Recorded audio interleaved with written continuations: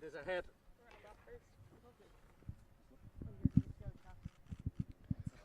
Well, batting first, winning the toss, winner takes all match. Why did you decide to bat first? Yeah, I think, like you said, it's winner takes all. So I think in these types of games, getting runs on the board is really important. So yeah, hopefully we get enough runs and then we can defend that in the second innings. And have you got any team news for us? Yeah, we do have a couple of changes from last week. Myself, I'm back in. There's a couple other ones that I'll have to have a look at later. Okay, best of luck to you. Thanks. Hope it goes well. Gabby, lost the toss. Obviously, you have to field. Would you have batted? Yeah, I probably would have batted, but look, I don't think there'll be much of a difference. It's a great day, and I think it'll actually might get even better as the day go on for us to bat later. So yeah, looking forward to getting going. And what about the Scorchers? Any team news? No, I don't think anyone that's coming in has played before. So yeah, looking forward to it. The winner takes all, so it's very exciting. Okay, best of luck. Thanks, Hope Joe. it goes well for you. And that's it. Toss over. We're about to start here. It's going to be quite a match.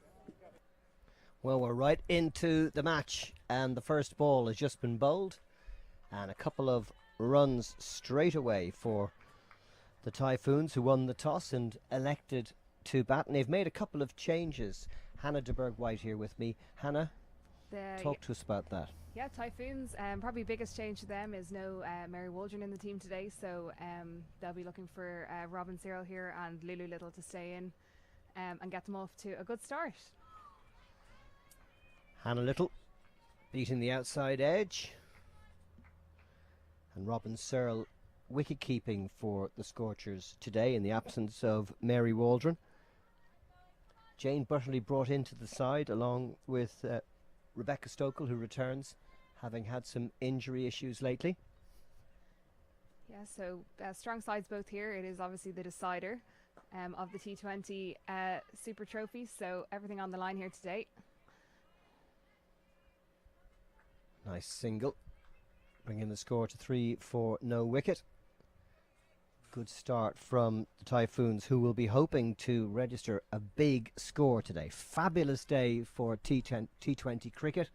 A very fast pitch.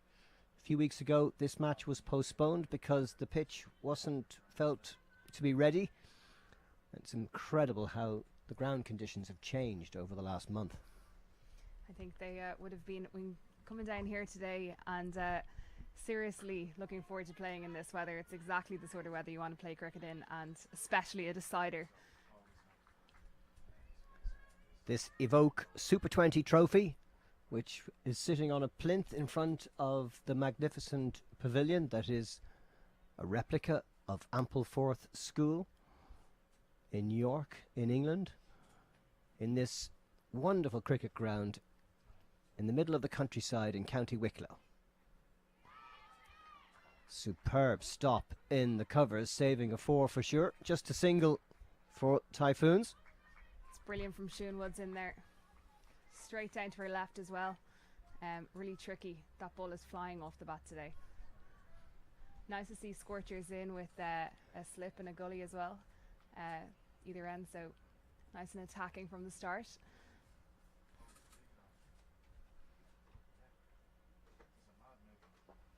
Well pitched up and played straight down the ground to mid-off, where Sophia McMahon is the fielder, and it's the end of the first over. 4 for no wicket. Searle on 3, Little on 1. Umpires today, Steve Wood and Azam Ali Beg.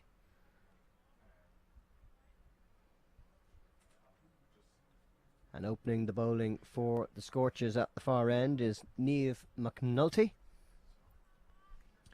So another one of the younger bowlers. So would have gone away on the recent Under-19 World Cup and has opened the bowling for the Scorchers for most of their games. So it's great to see some of these younger players coming through, really making their mark.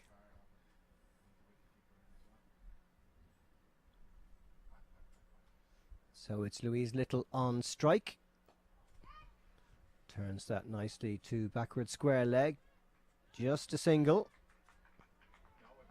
Good fielding out there by Siún Woods.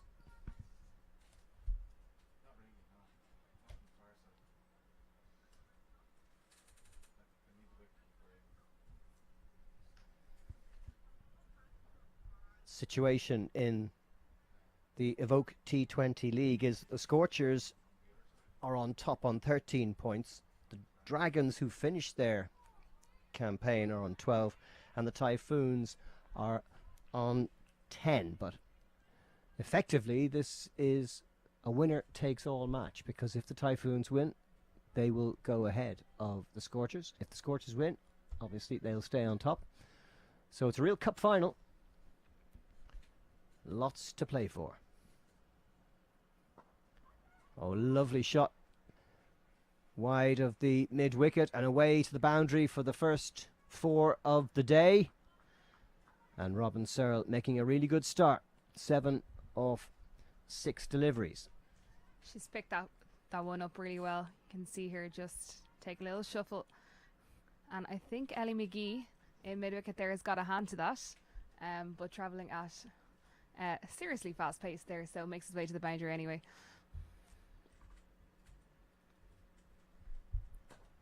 Straight down the ground. Mary Masonda across to cut that off. 9 for no wicket off 9 deliveries. On a day like this, could be looking for a score of 135, 140. Nicely bowled, beating the outside edge of Little's bat. We were looking at the wicket earlier, and it's very parched, very dry. I don't think anyone was surprised to see Rebecca Stokel choose to bat first on this wicket today, with the weather as well. On the half volley, cracked through the covers for 4. Beautiful shot. That will certainly settle Lulu Little down. And the end of the second over, and a very good start for Typhoons as they attempt to win this trophy, which they first won back in 2020. Since then, Scorchers have won back-to-back T20 championships.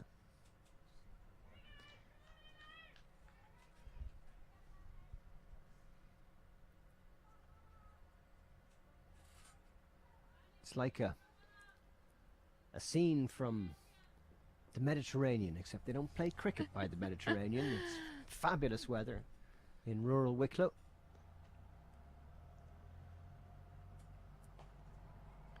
And that one's cracked away through the offside. And it's gone to the boundary for 4. Just freeze the arms at that one. Enough pace in the ball to get it up and over the fielders on the circle. Just straying a bit wide. Hannah Little.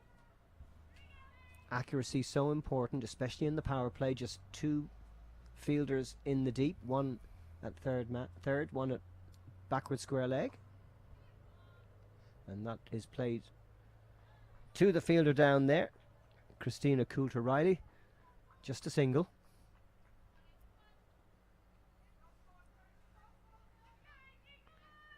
Could prove to be a very important toss to win today, and Typhoons and their skipper Rebecca Stokel guessed correctly. 8 matches in this series so far, of which 5 have been won by the team winning the toss.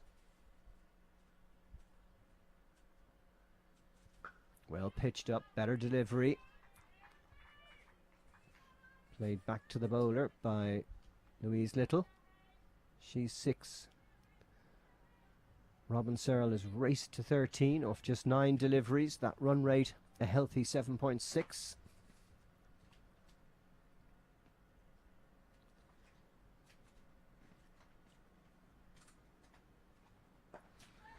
And it's over the top of cover.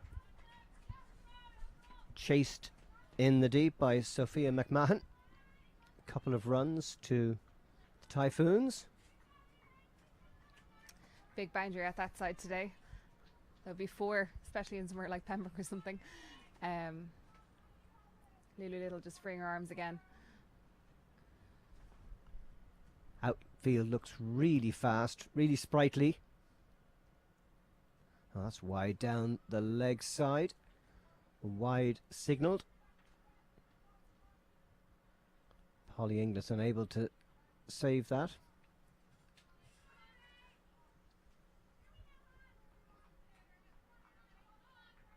Four in the covers, two on the leg side, and a mid-off as well. Nicely turned to square leg. Just the single. Searle moves to 14. Christina Coulter-Riley out there. Big boundary, but she's probably one of the most athletic fielders, so smart field placement there by the Scorchers captain, Gabby.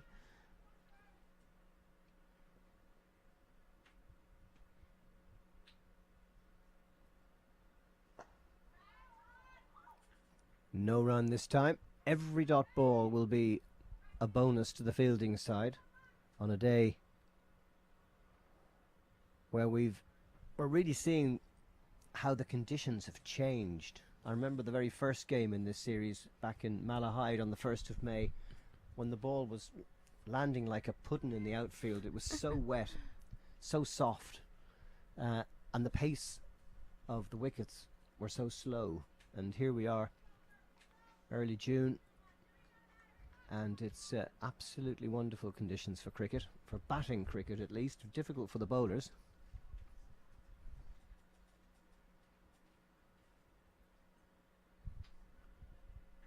So, Niamh McNulty to continue.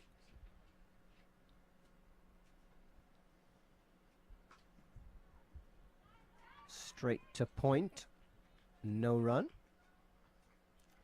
Bit of a loosener, I think.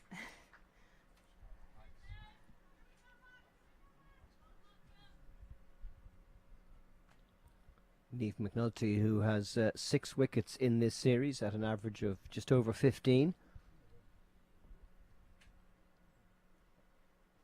Full toss, hits straight to mid-wicket. Real chance missed there for Typhoons. Ella McGee does excellently there. She's a little bit straighter than she was the last over.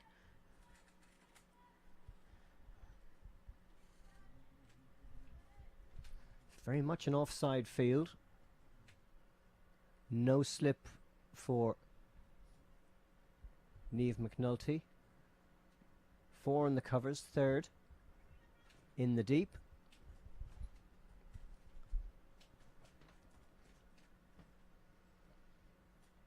And the little shovel shot down the leg side. They're going to get at least 2 here.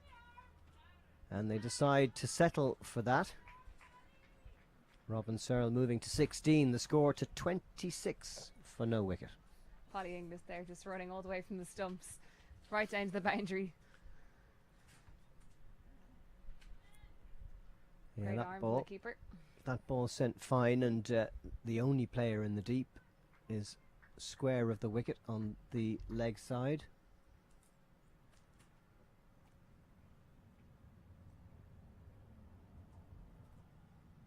And the same again, and this time it might run all the way. She got more bat on it this time, but it's slowing up. The outfield not as quick as we thought it might be, and again Polly Inglis has run 60 metres to the boundary. It's a lot of work for a wicketkeeper.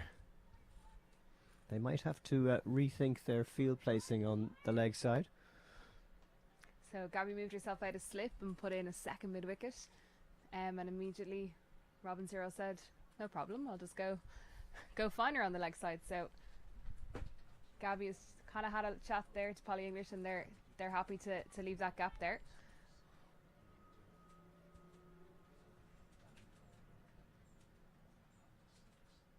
Louise Little on strike, and that one beating her underneath the bat. It was well wide of the stumps. Good chance to get the shot away. She hasn't quite settled as well as Robin Searle.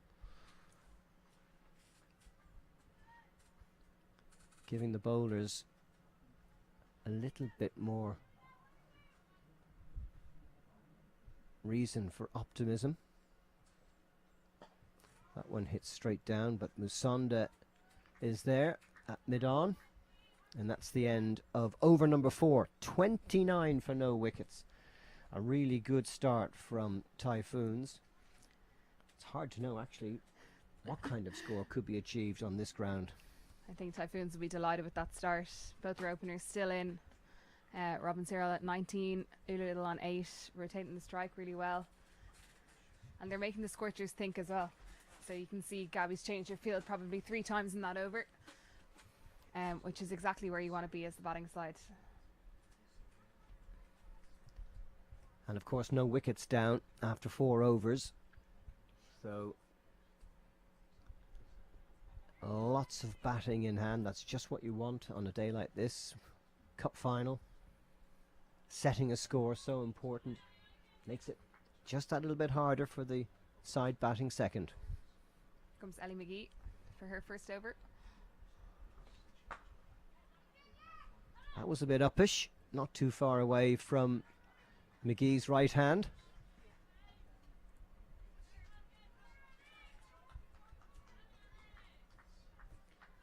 McGee, another one of these young bowlers who burst onto the scene through this Super Series last year, and would have gone away with the Under-19 World Cup.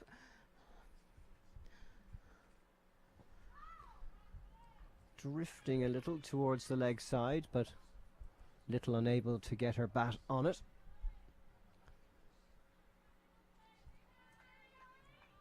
So for McGee, there's 5 on the leg side, 3 inside the circle, 2 in the deep, 1 backwards square, 1 at cow corner. And that's a chance, and it's taken. Gabby Lewis takes the catch. It's the first wicket to fall. And Louise Little walks off rather disconsolately, hitting that uppish to cover. And a breakthrough for the Scorchers, who have the first wicket. It's 30 for 1, halfway through the 5th. Ellie McGee had a certain knack last year, and so far this year, getting wickets at just the right time. It's her third ball of the day. Lovely bit of in swing. We'll see it here again.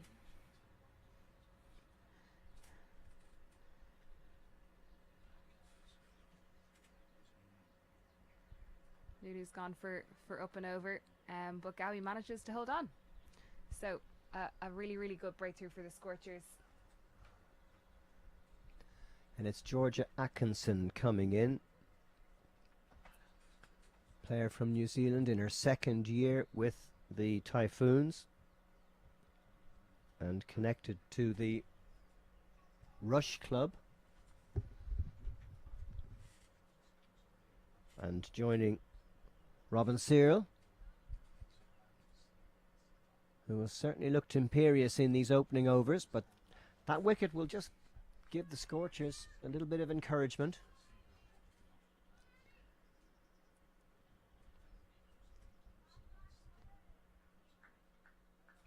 It's the Evoke Super 20 trophy from Oak Hill Cricket Club in County Wicklow. A delightful place to watch your cricket. And plenty of people have come out today. If you're in the area, why not join us for this, effectively, this cup final. Well, Polly Inglis hitting the stumps at the bowler's end, but Atkinson was well in.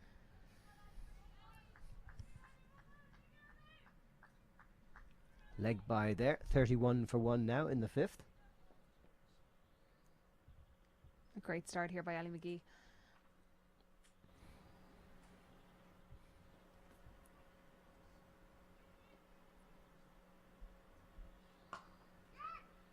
And that one's gone through cover, and it's Gabby Lewis in chase. Couple of runs for Robin Cyril. Wonderful strike rate from her so far, 22 off 16 deliveries. Yet another one going out towards that boundary that doesn't quite make it. I think there'll be a lot of chasing. Both the deep fielders are on the leg side, so no cover on the off. Good delivery from Ellie McGee. And that's a wonderful opening over from her. Getting the breakthrough wicket, so important for Scorchers on a day like this. And 1 for 3 for Ellie McGee after her first over.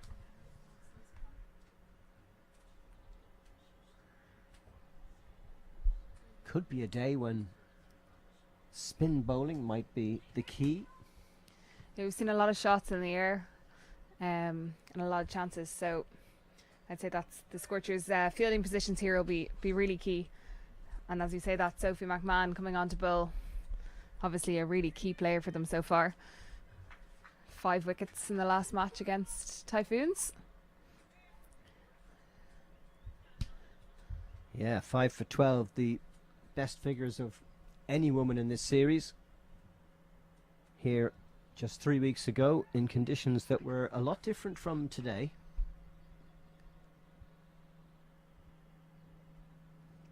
And it's Atkinson to face. Wide delivery.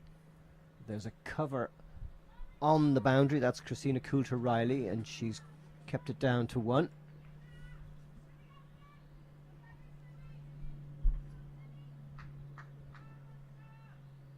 And that brings Robin Searle to the crease. So far she's been dictating the tempo for Typhoons.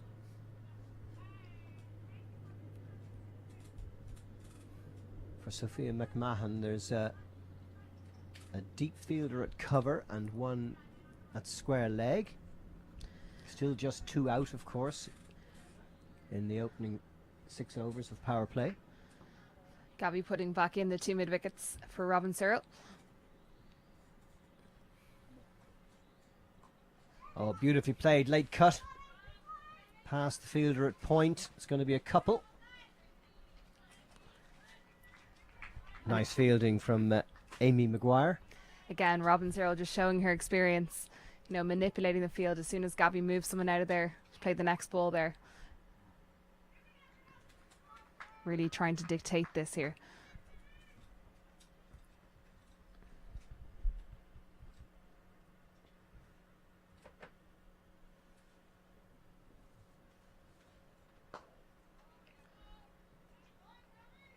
Gabby Lewis unable to cut it off, but it went straight to mid-off. No run.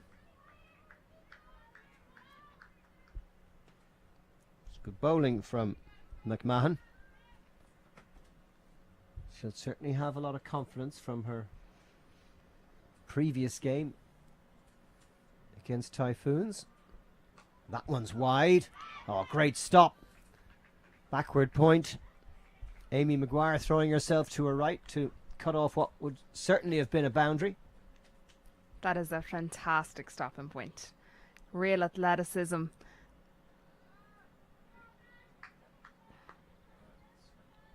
And a little change in the field here. Backward point now. Hannah Little has come across to there. And this time a little fumble will bring a single. Amy Maguire just allowing the ball to get through her. But just signs that that run rate is starting to slow down a little. McMahon with a good opening over. And following on from Ellie McGee's wicket taking over, maybe the course of this final starting to change. Was that it's out? Yes, it's a stumping. That ball got up very high, and it's a great bit of wicket keeping by Polly Inglis, who had the bails off in a flash, and that's a huge wicket.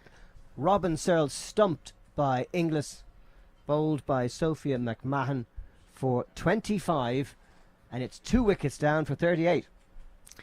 That's a great piece of fielding behind the stumps there. Ball just getting up a little bit off the pitch. Beats Robin Searle, and Polly English does really well to readjust and take that and get back down to the stumps in time. Both Robin Searle now gone, as well as obviously Lulu as well, so both openers gone. So I think Typhoons will be in a bit of a rebuild now. Laura Delaney coming to the crease.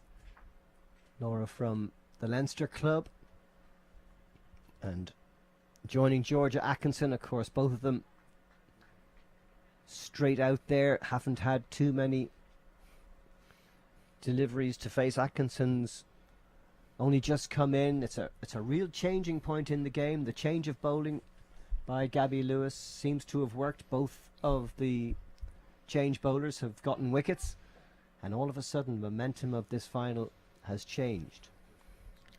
And another change now coming on. Christina Coulter-Riley coming on from the pavilion end. Yeah, Gabby just switching it up yet again. Two new batters, bringing on some spin. Laura Delaney, obviously vastly experienced coming in these sorts of situations, so really interested to see the next couple of overs. McGee just bowling 1 over, taking a wicket for 3 runs, but she's out of the attack. And it's Coulter-Riley from the pavilion end.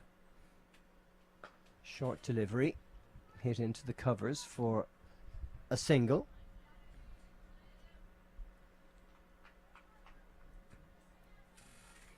.39 for 2. Atkinson moves to 3. Delaney about to face her first delivery. Thought the Scorchers might have been tempted to bring in a slip, but they've decided to leave it with just 3 out. Little late cut, but straight to point. No run.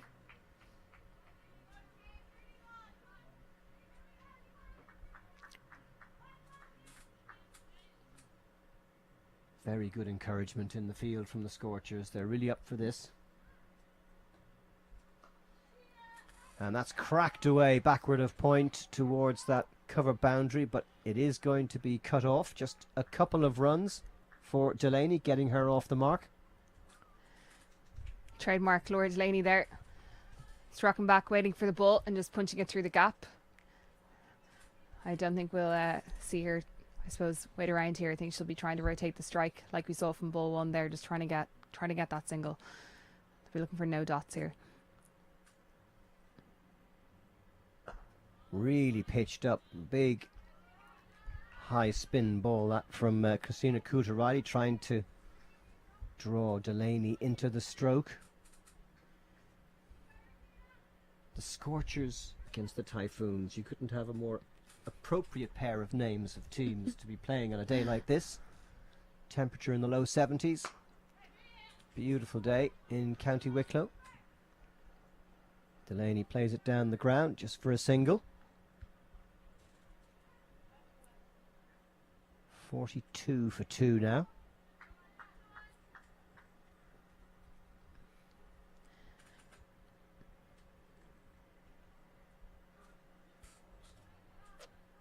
Well outside the leg stump. Wide called. Still just finding her rhythm.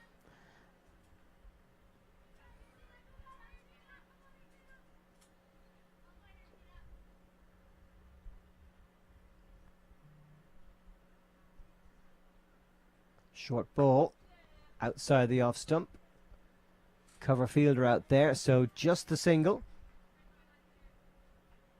And not a bad opening over from Christina Coulter-Riley. None for 6 after her first. It's 44 for 2 after 7. And there's the card. So as you can see, Robin Cyril, obviously a great start with Lulu Little. 25 and 8. But 2 wickets in successive overs for McGee, and then McMahon sees us with Georgia Atkinson and Laura Delaney in the middle, rebuilding. So they've been kind of quick to rotate strike. We're not seeing many dots, and the weather is gorgeous, and the pitch is playing really well. So I think we're hoping for a high-scoring game here. Yeah, anything around 135, 140, I think would be a very good target, which seemed very achievable in the opening few overs. But with the 2 wickets falling, as you were saying, Typhoons really have to rebuild the innings now.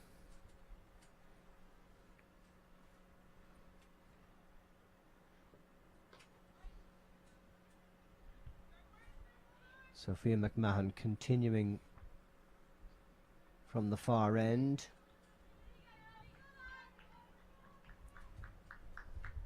2 out on the leg side, 1 on the off.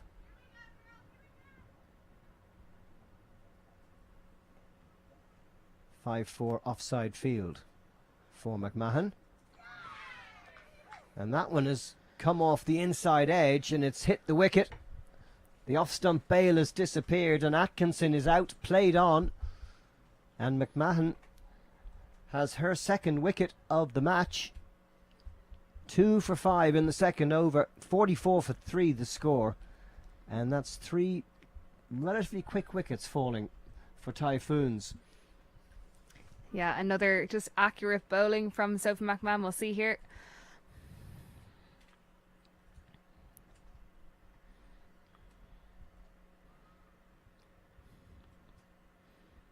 Just enticing Atkinson into that shot. And goes with their hands and, yeah, back onto the stumps.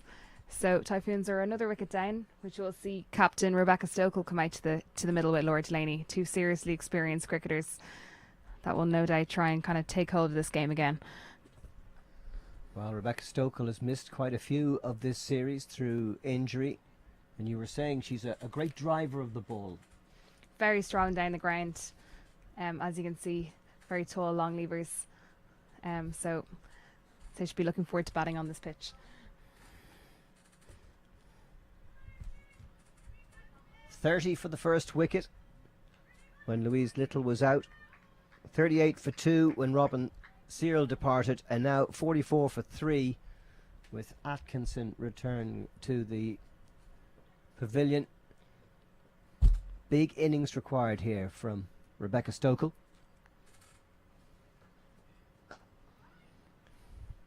Played straight to mid-off on a little misfield, which they've decided to run on. So Stokel is off the mark with her first delivery. Stokel on 1, Delaney on 3. 44 for 3. 45 for 3, actually.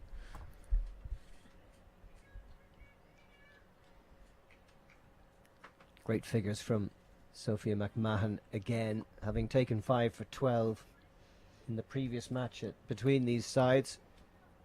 Second over, she's got 2 for 5. The nemesis of the Typhoons. Very consistent bowler. Very accurate.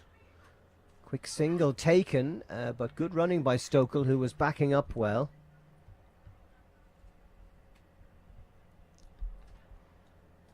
They need good running. Every run counts in a match like this. Effectively a cup final. Winner takes all battle between the Scorchers and Typhoons. Great ball. Right on the money. Came back off a good length. Stokel had to readjust her shot. Again, another accurate ball from Sophie McMahon. She rarely strays from the kind of 5 stumps.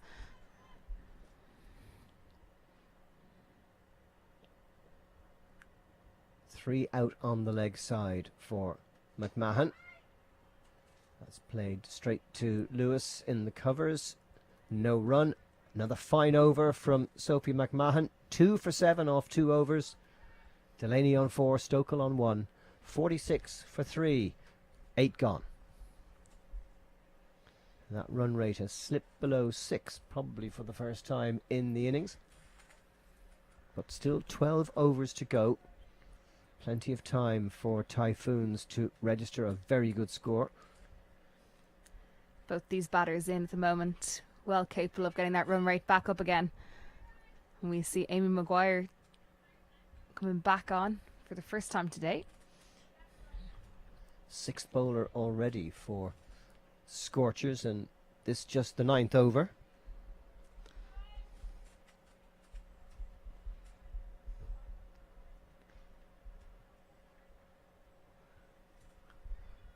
It's a good way to keep batters unsettled. Constantly have to readjust to the new bowler.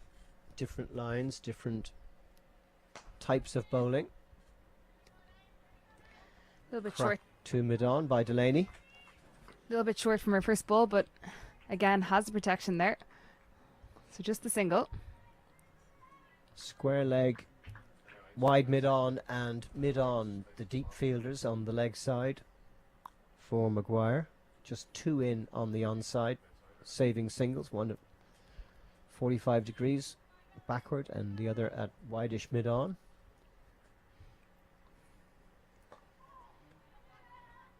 Quick single taken as it went to the right hand of Niamh McNulty at backward point. Very sharp throw back there at the bowlers. But Stokel again, very quick between those wickets. Lovely shot through cover. But will it go all the way? This outfield not as quick as it looks. The grass perhaps a little bit tufty. And that's a well-run 3 from Delaney. And that brings the 50 up for Typhoons in the 9th over. 51 for 3.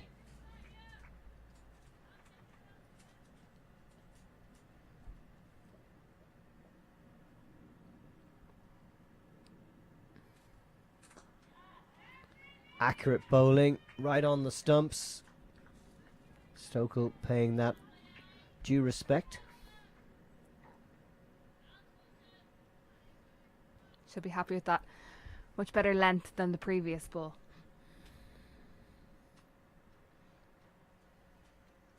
That one's shorter, and she finds the gap out there to cover point. Just a single though for Stokel this time.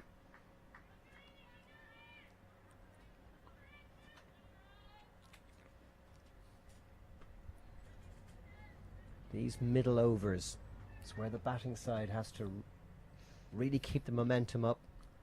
The bowling team are constantly trying to find a way to put the batters off, find a breakthrough. Just another single there. Excellent feeling by Niamh McNulty there, down to her left.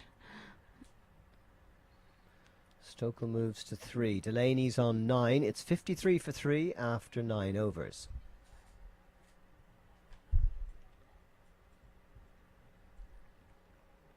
Looks like another change at the far end. Or is it Sophia? No, it isn't. It's I think it's Lara Moritz. Lara Maritz coming on, who missed the last game and has come back into the team today. Bowler number 7 in the 10th over. Gabby just not letting those batters settle. Happy. She's got a lot of bowlers in the team. To see Lara Moritz obviously has an extra bit of pace as well. So she's got her third has gone out. And again, they've got cover on the leg side. And Christina Coulter-Riley stays on that cover boundary.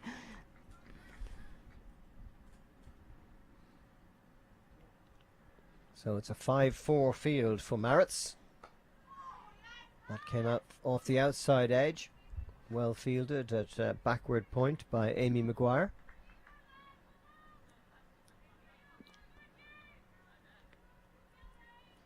Good start there from Lara.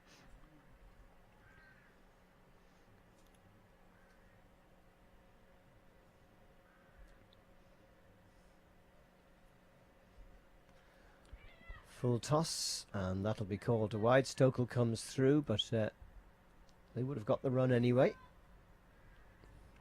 54 for 3. Get 2 now. 1 for the wide, 1 for the run. And it's Stokel on strike. No change in the field for her.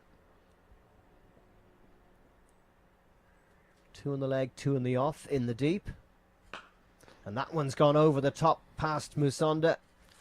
Cracks straight. The trademark hit from Rebecca Stokel, her first boundary. Wouldn't need an extra invitation for that one. Just sees it's in her arc and just frees her arms, you'll see here. Just a little bit fuller, low full toss. And straight away we see a field change. So mid-on has dropped. Usonda has gone to the boundary. And that finds the gap in the covers. Maguire picks it up, just a single for Stokel this time. Better over this so far for the Typhoon.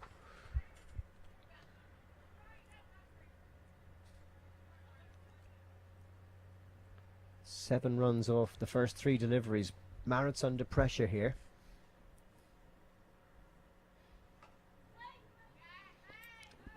Again, fine fielding at point by Maguire. Moritz bowling well here, just to her field again.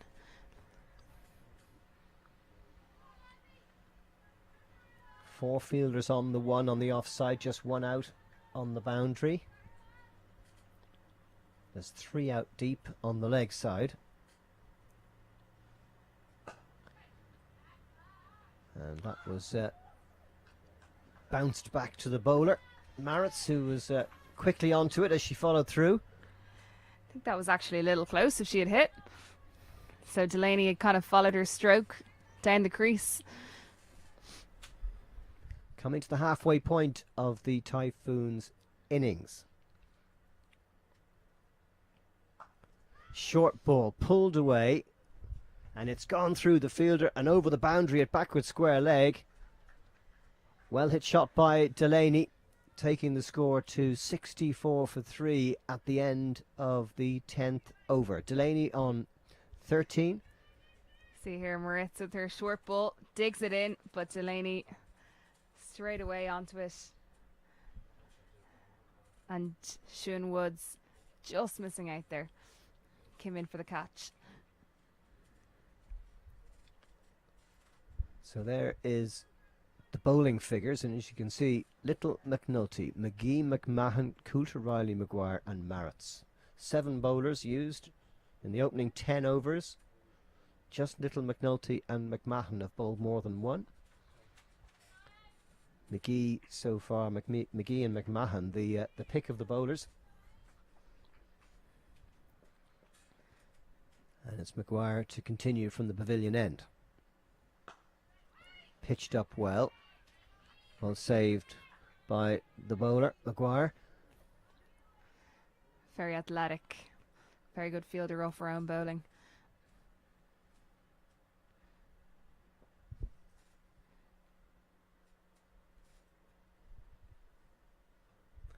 Turned fine. There is a fielder at 45 degrees, but good running again by Delaney. Every run so important. It's really important for the batting side to take every opportunity they get. It's a difference since these guys have been out in the middle. They're both backing up very, very quickly, knowing they can get back. And that's sliced away. Fine, nobody there. Niamh McNulty in chase. And it's a couple more runs for Delaney, who moves to 15. Score to 69 for 3. Another brilliant bit of fielding from Niamh McNulty there, chasing that all the way to the boundary and a diving stop to flick it back.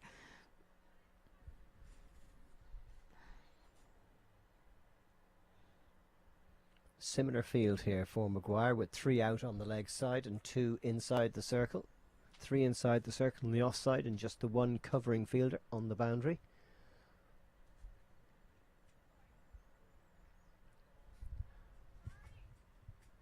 Delaney just distracted by some movement behind the bowler's arm.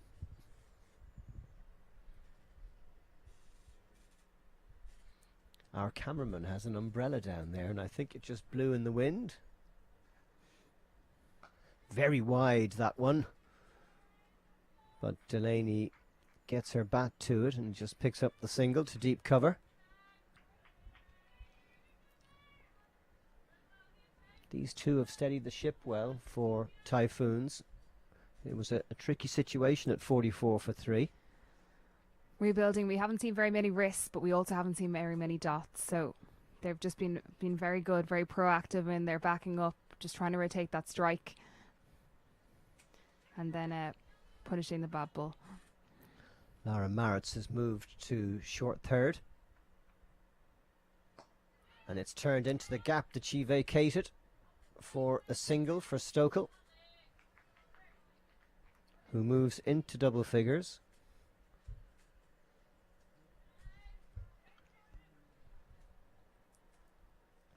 I think Gabby Lewis and the Scorchers will be quite happy if they can cut down the number of boundaries.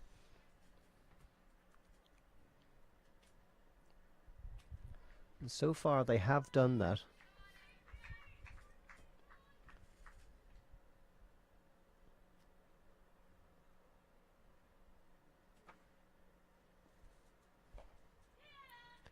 And that's beaten Lewis at cover. And it's going to be a couple more runs for Delaney. She moves to 18. Stokel's on 10. Maguire has gone for 14 runs in her first 2 overs, and it's 71 for 3 after 11. Again, I'd say Typhoons will be happy over the 70 mark. 11 overs gone. But equally, Scorchers just looking for that 4th wicket. You know, those first 3 wickets have kind of put, I suppose, a halt on some of the run rate. So here's Gabby changing it up again. Niamh McNulty back on. Looking for a breakthrough. Niamh McNulty, whose first 2 overs went for 15 runs. Back at the start of the innings when Typhoons made such a great start with Robin Searle scoring 25 at more than a run a ball. And Louise Little, who scored a quick 8. That's a good shot. Square of the wicket on the offside. Well fielded by Christina Coulter-Riley.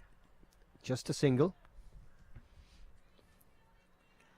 Obviously now out of the power play, so Niamh McNulty has the luxury of a couple more fielders out. So she's dropped her cover and she's also dropped her long on out as well.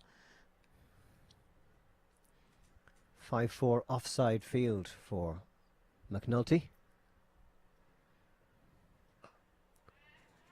Played very correctly by Laura Delaney. Back to the bowler. She's looked very solid, Laura Delaney, as has Rebecca Stokel at the non-striker's end. Oh, was there a nick? There was. Commentator's curse, I'm afraid. She tried to cut that fine, and an under edge, I think, has gone through to Polly Inglis, and the breakthrough has been made by McNulty, who gets her first wicket. Caught Inglis, bowled McNulty. Delaney has to go for 18. It's 72 for 4. And again, Gabby Lewis rewarded for changing up the bowling, bringing Niamh McNulty back on.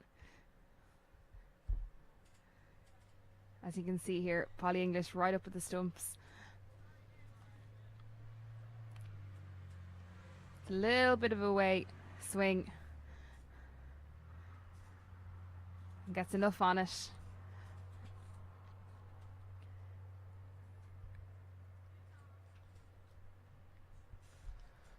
So 4 wickets down in the 12th over. Coming to the wicket is Sarah Forbes from the YMCA club, joining her skipper. Another strong batter. Typhoons will be hoping these guys again can just build another partnership, keep the run rate moving. Done that really well the last few wickets that have fallen.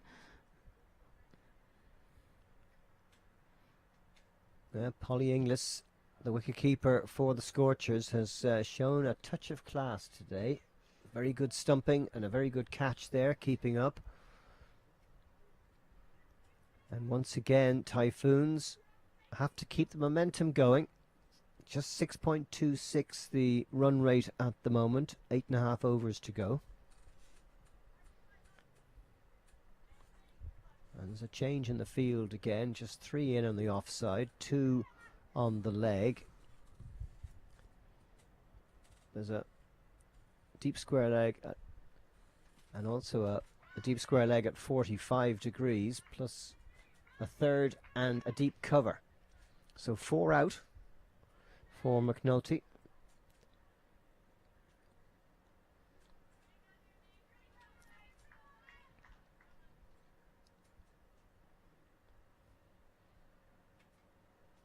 Full toss cracked down the ground and past the fielder at mid-on, Sophia McMahon. That's a boundary for the new batter, Sarah Forbes. She seized onto that one well. McNulty just missing her length slightly here, and that's a lovely settler to get as a new batter. Very strong again down the ground, Sarah Forbes. That's what the Typhoons need. Plenty of those. Oh, that was close. Inglis again taking it beautifully. So difficult keeping up, especially on a quick wicket like this. And at the end of the 12th over, 76 for 4 the score. Plenty more for the Typhoons to do if they're to set a realistic target on this wonderful day for batting. Yeah, they'd be happy enough with the total. Obviously, the wickets down is the worry bit there. But if these guys can stay in here and build this back up, and again punish those bad balls, taking the fours, I think we will be up to quite a high total here. I was wondering when Ellie McGee would come back. She's only bowled one over, took 1 for 3. And here she comes again. And that's a lovely delivery. Well flighted, perfect length. Beating Stokel's bat. Her natural in-swing is obviously very, very helpful here. Watch Stokel go out to it, and it just comes back in at the last moment.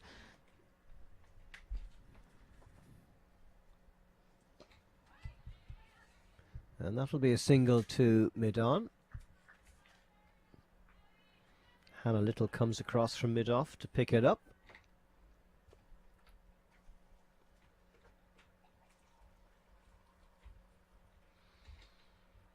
Stokel needs to take charge here. Experienced batter, one of the best players in the Typhoons lineup. And she's the one who's been at the crease. Full toss, pulled away to deep square leg, just a single. Christina Coulter-Riley quickly onto it. Sarah Forbes is probably hoping to get that a little bit finer, but straight to Christina Coulter-Riley there at square leg. For Ellie McGee, 3 out on the leg, 1 on the off.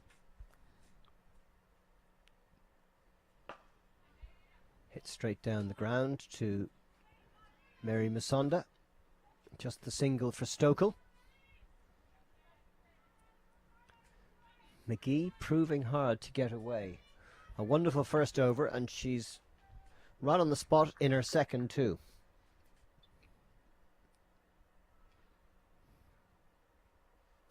But that one, it actually went to hand. I'm pretty sure Lara Marrett's got her hands to that. That was a chance, a difficult chance. Just a single. Lara Marrett's very good in the field. I'd barely call it a chance. It was hit so hard, but I wouldn't be surprised either if she had hung on to it. Another full toss straight to Masonda, deep mid-on. Just a single for Stokel, who's looking a bit frustrated. Her body language would certainly suggest that she feels she should have done better with that one. You get a gift of a full toss in a cup final. You want to put it away. I think again that's Ellie McGee's kind of late swing. Just moving the ball enough. 2 overs for her, 1 for 8 her figures. 81 for 4 the score after 13. Typhoons really into the countdown now, you might say. 7 overs to go. Probably need another 55-60.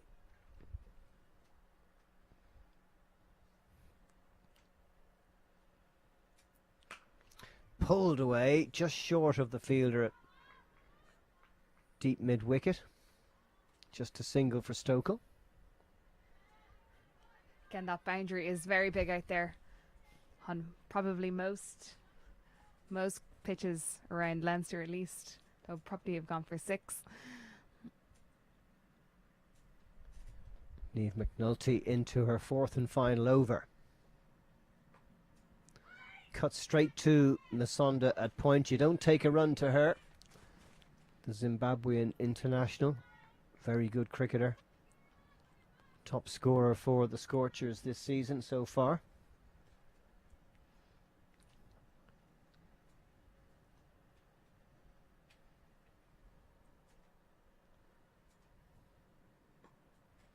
And that's turned into the vacant mid-wicket area, just a single for Forbes, who has 7 of 7.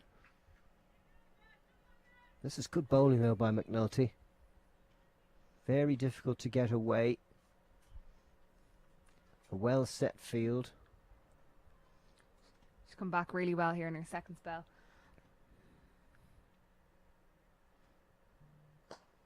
That was hit straight back at the bowler. I think it was a catch, but it was a sharp one. Again, it was a really difficult chance. I think that was shin height. I think she would have done seriously well to catch that. I think she did well to get anything on that and prevent the 4. Gabby Lewis quickly across to give her some encouragement. Good captaincy, that.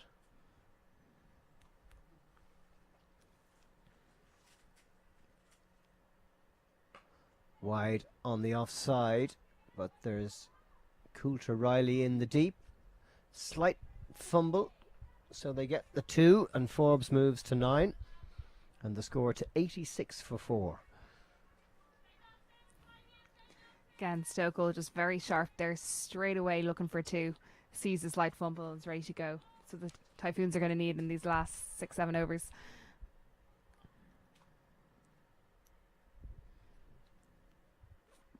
Last ball of the McNulty spell. It's miss-hit to mid-on when it should have probably gone over mid-wicket. Just a single for Forbes. And McNulty ends her 4 overs with 1 for 26. Forbes is on 10. Stokel's on 16. It's 87 for 4 with 6 overs to go. A very interesting matchup, this. Scorchers definitely the favourites going into the match on the basis of form and history and You'd so have to much. say it, yes. But Especially Typhoons, great chance. especially with Typhoons missing Mary Waldron today. Obviously great to see that the other batters have stood up. 87 off 4. And just looking to kick on now. So Amy Maguire back. Ellie McGee, rather. Ellie McGee.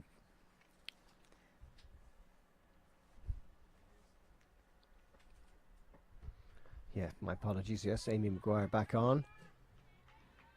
Fooled by the caption. You can't get fooled by the caption. You can't. A great start by her there. A much better length there. She finds that length. She's really tricky to get away.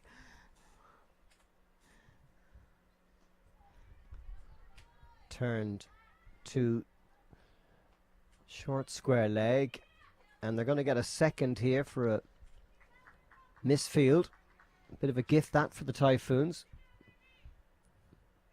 I was surprised they even went for the single, but they've ended up with 2. Bit of bravery on the running there. Creating things. Making the fielders throw out the stumps.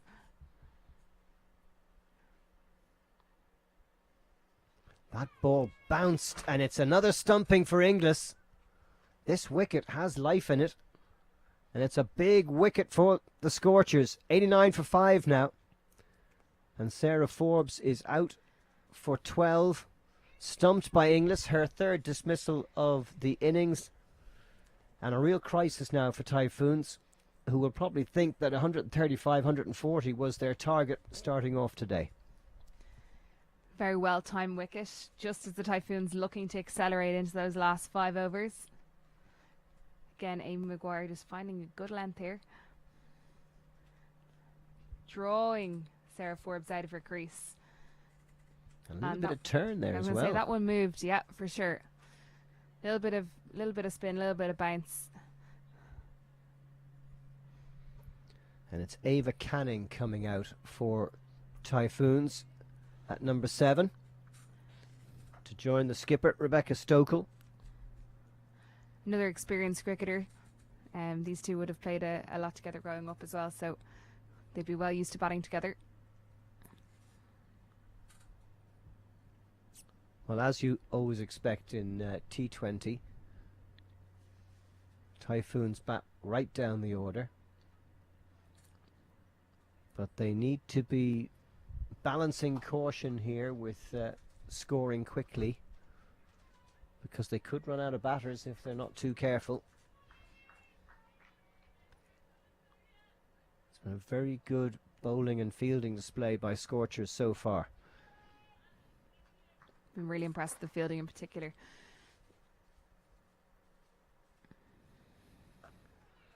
Short ball that just got up and just pushed into the covers to get Ava Canning off the mark.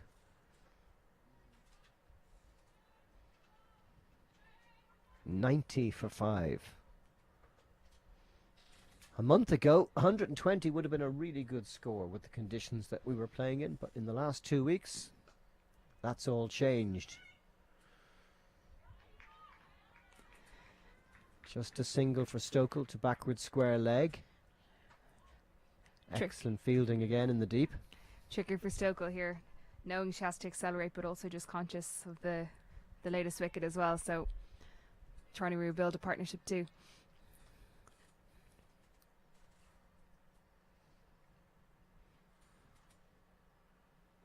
Oh, that's chipped back to the bowler, and it's another wicket. A disaster for Typhoons. Canning out for 1. Faced just 2 deliveries, and a great breakthrough from Maguire to get 2 for 18 in her third over.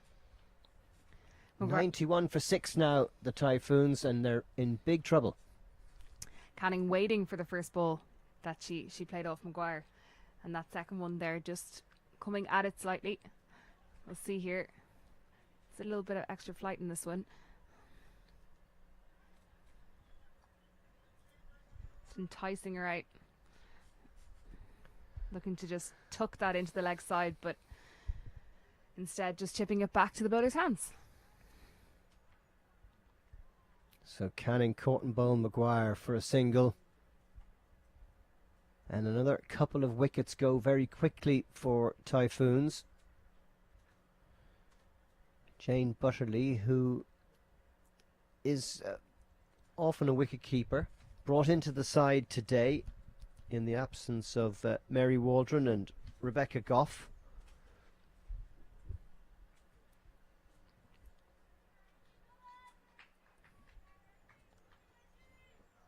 So it's Stokel to face. Thought about the big swing there and missed it. Hannah Little coming back on at the far end. Polly English still staying up at the stumps, making Stokel stay in her crease. She'll have to take a risk if she wants to go down the track. That was almost back to the bowler's hand. Stokel will get the single. Accurate fielding again. The stumps knocked down. It's very impressive from Scorchers. They're really pumped up for this cup final. The Evoke Super 20 trophy being played for here in this magnificent Oak Hill cricket ground in County Wicklow, about 6-7 miles from Wicklow town, in this beautiful sylvan setting on a glorious sunny afternoon. Where else would you want to be? Jane Butterley, the left-hander, so just making Scorchers readjust their field. Oh, the stumps are down. It's another wicket for Little. Her first of the innings, the 7th to go for Typhoons. And Scorchers have produced a magnificent display here of bowling and fielding. And the Typhoons are in big trouble now. You'd have to say the only chances that the Scorchers have missed were probably half chances where the ball has been past a hand on the way to a one-bounce boundary. Here we see Hannah Little bowling to Jane Butterley. And no loosener to the left hand, a great bit of swing back in and just nipping onto leg stump there. A lot of movement on a very sunny day, on a very dry wicket. It's really well bowled. And Stokel has been a bit of a spectator at the other end as she's watched wickets tumble around her. Freya Sargent, the new batter.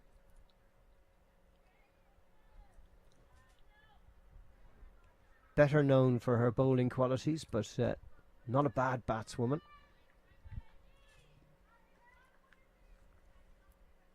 But Scorchers very much with this game under control at the moment. Wide ball from Little. Sargent happy to watch that one go through.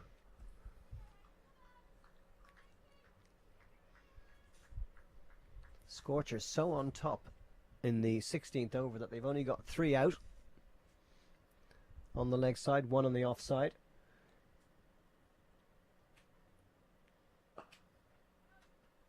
That one's played straight to mid-off. No run. Stoker will be hoping Freya Sargent just takes a single here, gets her back on strike. The run rate for Typhoons dropping to 5.94, below 6 for the first time in a while.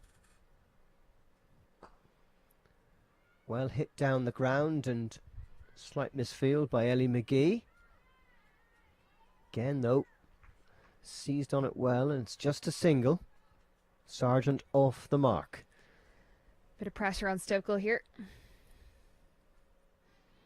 Last ball of the Little over, so she'll be wanting to try and get the strike.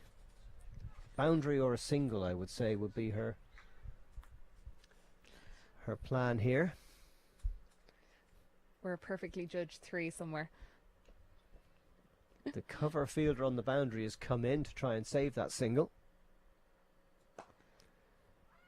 And it will be a run for Stokel, who managed to beat the fielder at cover. So at the end of over number 16, 95 for 7 the score. Stokel on 19 and Sargent just 1. There's the card. Lots of starts. Laura Delaney 18, Stokel. That was a lovely innings in the middle overs there.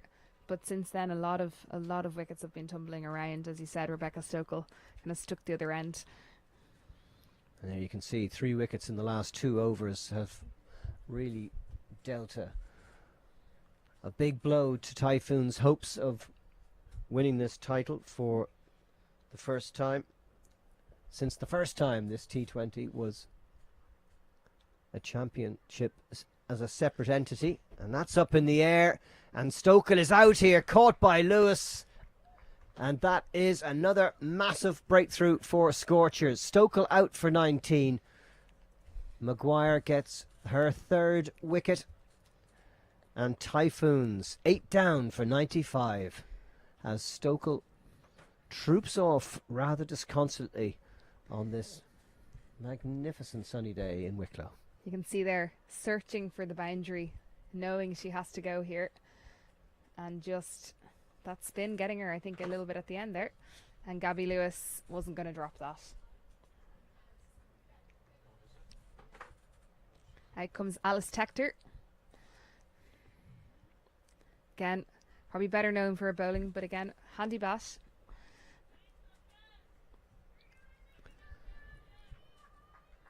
Well, it's now or never for Typhoons. They certainly haven't got enough runs, you would think, to win in these conditions.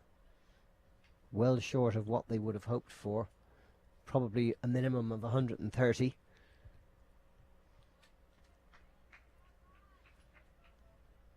And 2 new batters at the crease again. We've said that a few times today.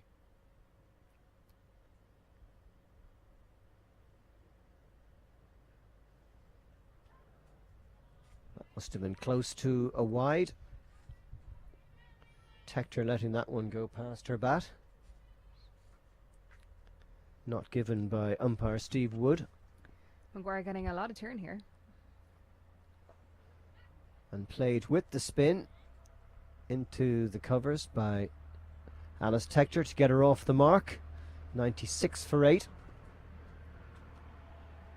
Just 3.5 overs remaining. Look at those figures for Maguire. 3 for 19.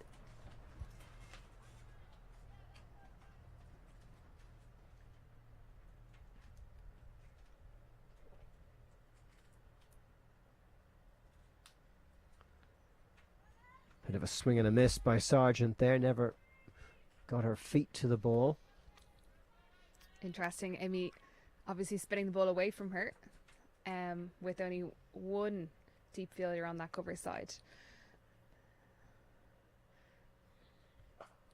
That one's gone uppishly but finds the gap. Just a single into the covers. Moves Sargent to 2. 97 for 8 the score. Just 19 deliveries left.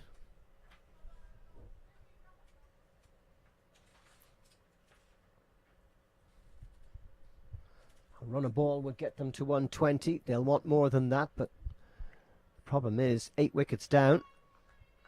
Be very happy with 120, I think, at the moment.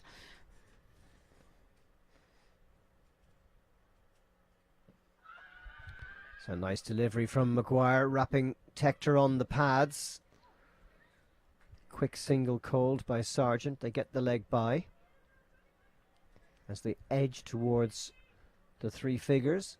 And a really good over from Maguire, who finishes her spell with 3 for 20. Sargent is taking control there again in the middle, calling Alice Tector through for a run, knowing that they need to keep accumulating here. A serious spell from Amy Maguire there. Another one of those younger bowlers coming through. She's still under 17. McNulty has bowled her 4. Sophia McMahon has come back on. She's only bowled 2, taking 2 wickets for 7 earlier in the inning. Expect her to finish out here.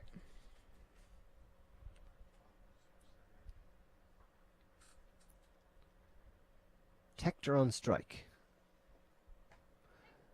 And played nice and calmly to backward point where Musonda is the fielder. Just a single. Tector goes to 2. Sargent's on 2. McMahon's got 2 for 8. And it's 99 for 8 now.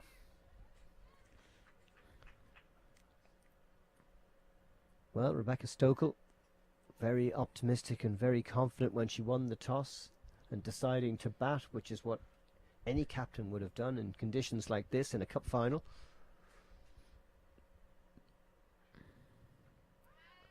Quicker delivery that time from McMahon, getting a good bit of lift. It's been a fantastic display behind the stumps by Polly Inglis. She's so good keeping up, so important in one-day cricket, especially T20.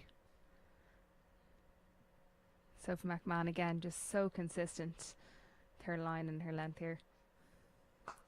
That's well hit, but there's a fielder in the deep, and it's caught, and it's a 9th wicket to fall. Great catch in the deep, gives McMahon her 3rd wicket, and Sargent is out for 2. And short of 100, Typhoons have lost their 9th wicket. It's 99 for 9.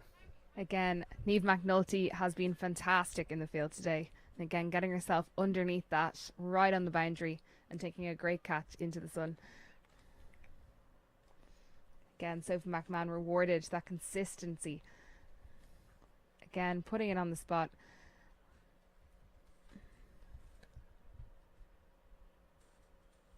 Simple catch, but well taken. As you say, looking into the sun is never easy.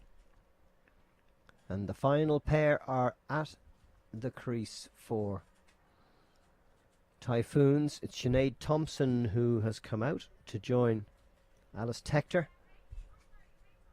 And it's the last chance saloon for the Typhoons.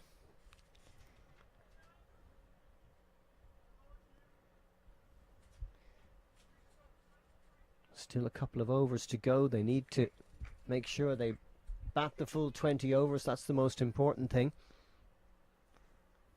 just get what they can.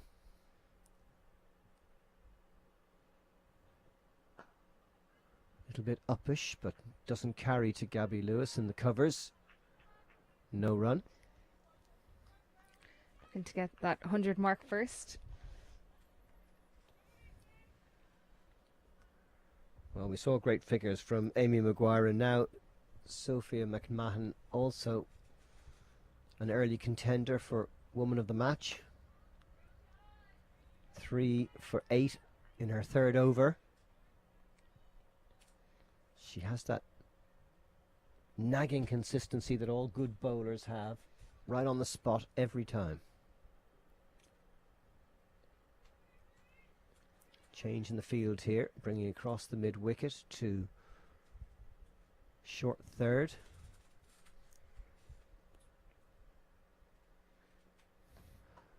It's turned round the corner to Masonda. Single for Thompson, who gets off the mark, and the 100 is finally up in the 18th over. 18 overs gone. 100 for 9 the score. 2 overs to go. And Typhoons, well, they need something special here from this final pair of Tector and Thompson. I think Scorchers, Gabby Lewis has some excellent captaincy today, changing up the bowling, never letting batters get settled, and she's been rewarded in most of the first overs of a bowling change. That's where the Scorchers have got their wickets. Yeah, remember they bowled 7 different bowlers in the first 10. So Typhoons never able to settle, and it's Ellie McGee who's come back into the attack. She'll bowl the penultimate over. Presumably it'll be McMahon to bowl the 20th if required.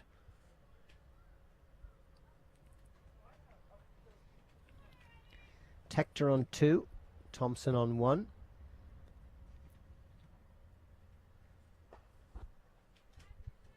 Tector trying to drive it down the ground, but Lewis is there at short mid-wicket.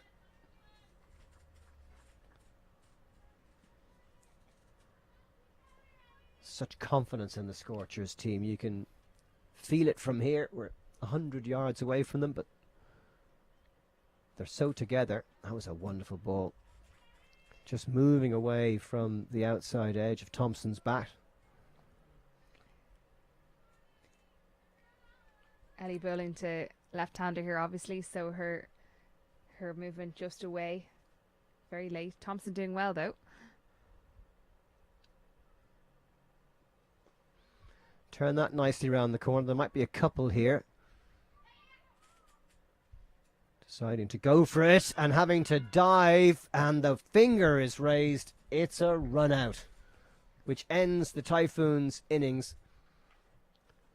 Thompson going for a second run and caught just short. Some great fielding again from Scorchers, which has epitomised their play today.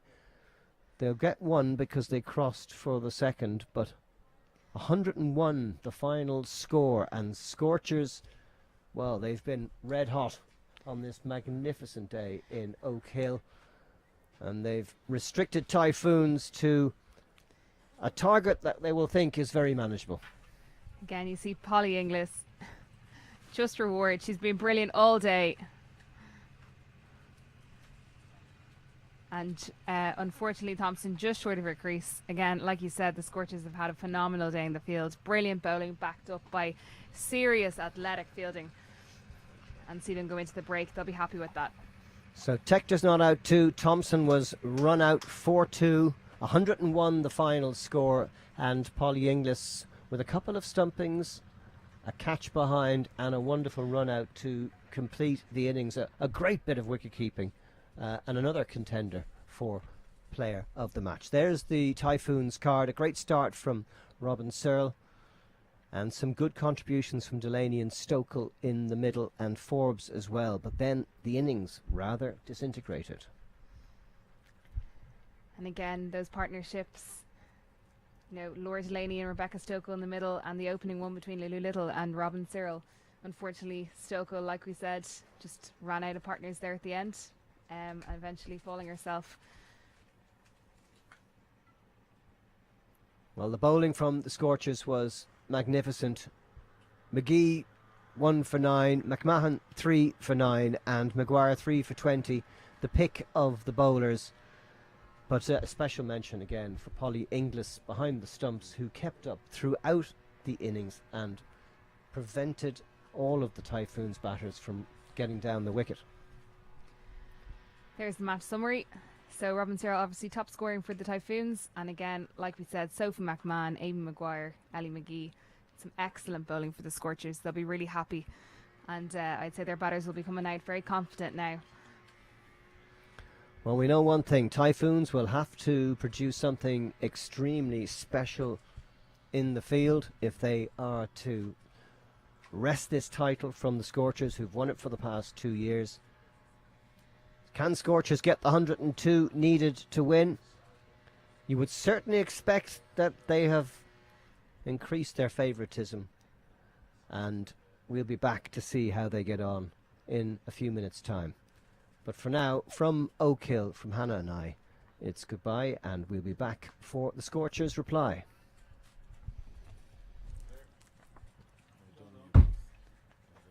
Lovely. That was fun. In the pavilion stuff. Cricket's fun. I've never commentated cricket before. You never come to cricket? Have you not? Well, do you enjoy it? Yeah, it's fun. Lovely. I like talking. It was lovely. I've watched a lot of cricket. I think that's actually the key. And played, obviously.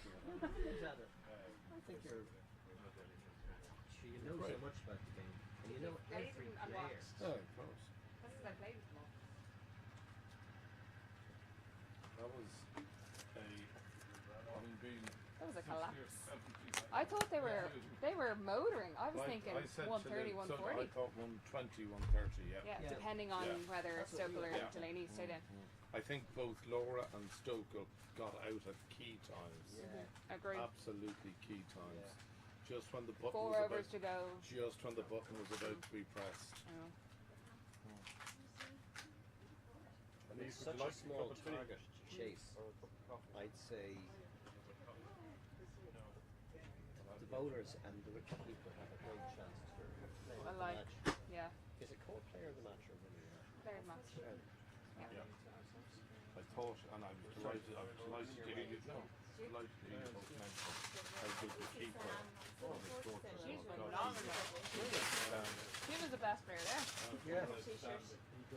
Both in her chase, like on couple of occasions she had to chase But like how clean, and she's standing up to the quicker bowlers. I wouldn't stand up to the armour. And standing up at the parity as well, Hannah, not just standing up doing something. Yeah. Not taking all of your legs. She didn't fumble a ball the whole day. And the wicket's quite lively. Anita, do you want tea or coffee? I'll have coffee, sir. Just a cup, please. That's quite a heavy road, isn't it? Been a press conference, was he? Yeah. Yeah. I have to go I'd be surprised they go for a heavy road. That's a batting team. Great. Oh my god. On day like today, I would say make that as much of a road as you possibly can. Yeah. These are all the flags. Teams. So all the flags are like donors. They're giving them. You know, you usually see advertising. So they put like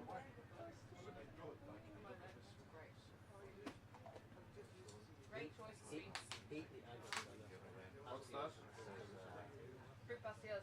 Excellent choice. Do you not like them? No, I love them. That's what I'm saying. Love Excellent them. choice. I like them too much, fella. That's my problem.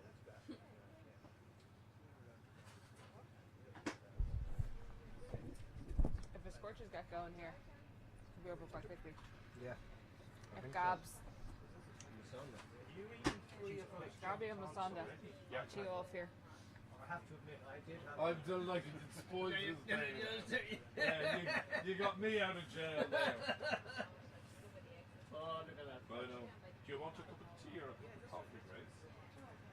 So have you seen what's been happening? You legend. Girl.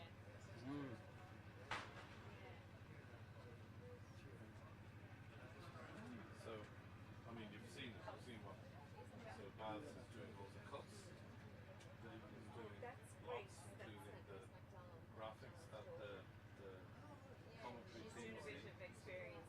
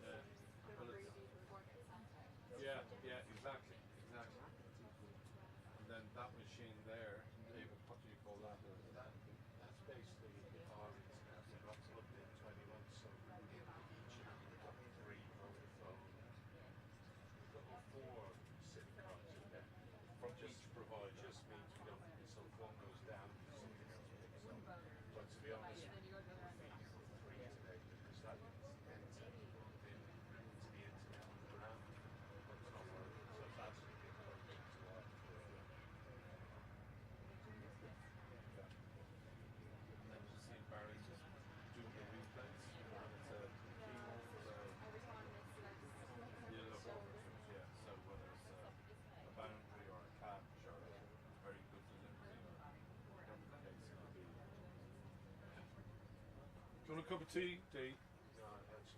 Sure. Yeah. Yeah, I wouldn't come in now. What biscuits do you want to eat? Don't worry about me. You go out and say Here. hi to Pat. There's your coffee. Yeah. No, stop. How you doing? There's the president of Cricketland. Actually, it's a nice breeze up there. Nice breeze. You're getting the breeze down there.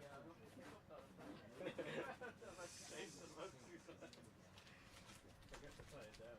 Just hear it. I got heavy rock flowers, but they're not black. You're well, good man. Oh, you've they're orange. Be careful on that. Careful on that. I can have. Careful. 5 minutes.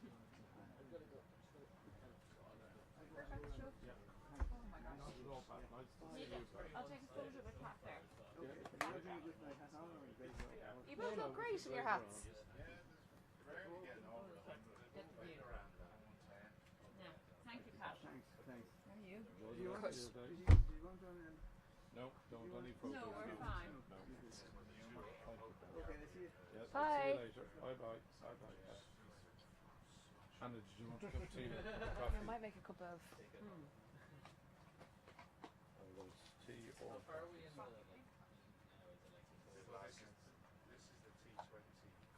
No word from Brian. yeah, he phoned me. Is he alright? Got a fright. What happened? He was at a cricket match yesterday. He was and he was having a sandwich and he bit his lip twice.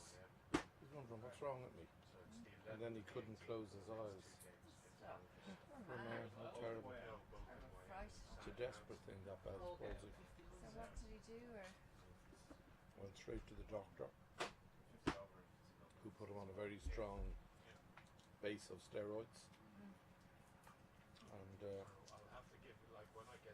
he's got a little slurry. That'll go. so his lip is okay? Yeah. I think so. I never actually asked him. But, They're on top there. It's not happy. finish them, Pat. No, I won't. Finish that. I'm both jealous of you guys sitting in the sun, but also happy I'm in the shade. Oh, I'm very happy I'm next door. Hannah, have you met Anita before? I think There you're are right. many, I'd say, many. My wife Anita, Nice to Hannah meet de you. White, my Hannah, wife yeah. Anita Fector. Very good. I was listening to the plants. Were you? Good. Very Excellent. good. Very good. And the string is great. Lovely string. Look at you. Oh, Put that in there. I was about to say, I'm not sure where you're going to put this. I'm going to the bin heat. We need it and brush. Oh yeah. Go. Cool. Here, Pat. Here we go. Okay, guys, ready? Bella's gone.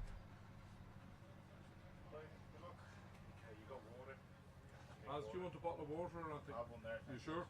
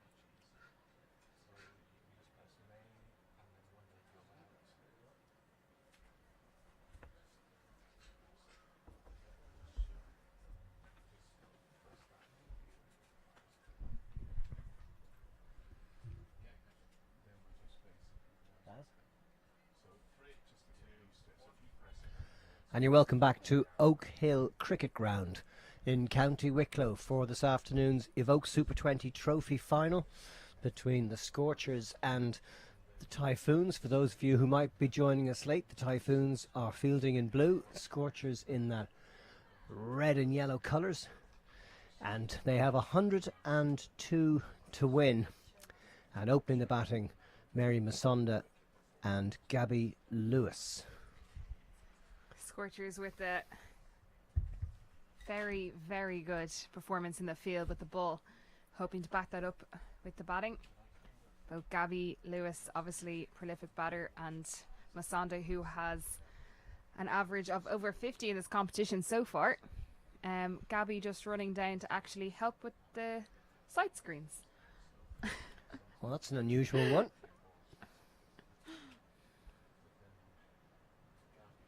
It's the first time the screens have been moved today.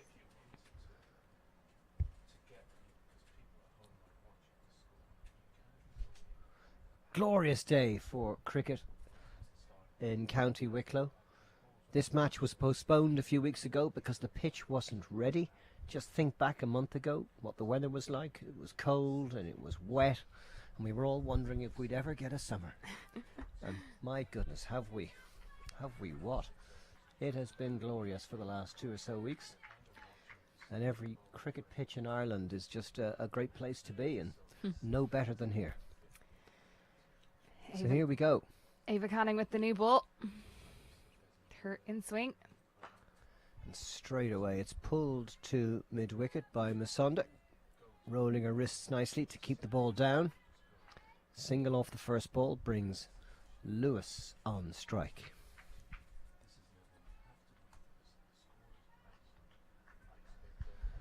Gabby Lewis, who by her very high standards hasn't had the best of series so far. She would love to finish with a flourish, though, captaining her side to victory in this Evoke Super 20 Trophy Championship final. Good ball by Canning.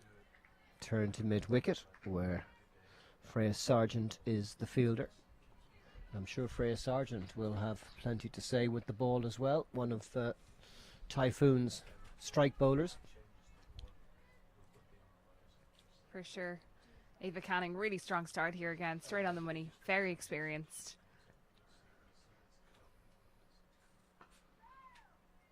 First 6 overs, just 2 outside the circle. And they're both on the leg side. One at deep mid-wicket, one at backward square leg. And a change here for Lewis, with Jane Butterley moving around to backward square leg inside the circle, 45 degrees.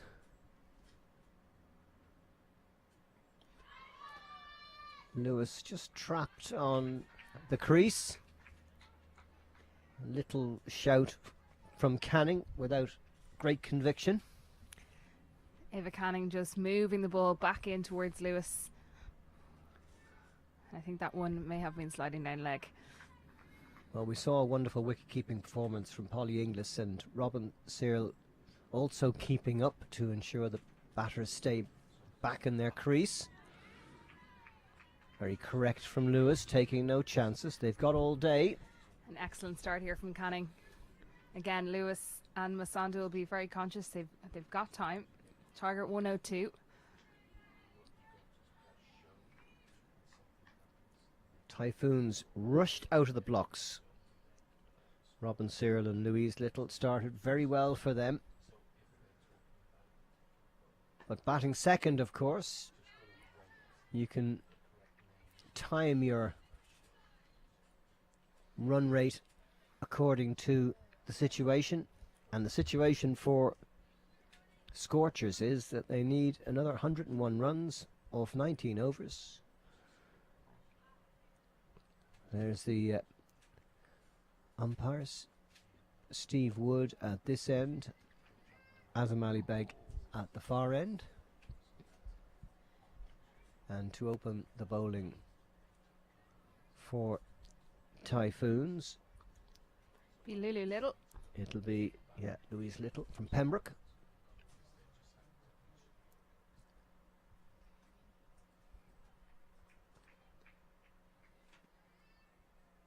And Mary Masonda on strike for the Scorchers.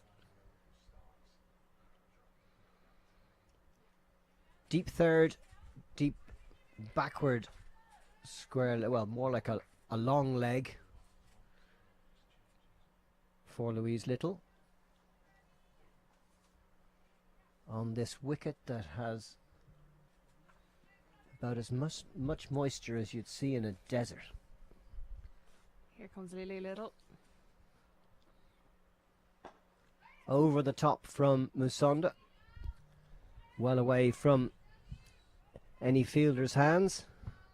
2 runs for her, bringing her score to 3, and the score of the Scorchers to 3 for no wicket.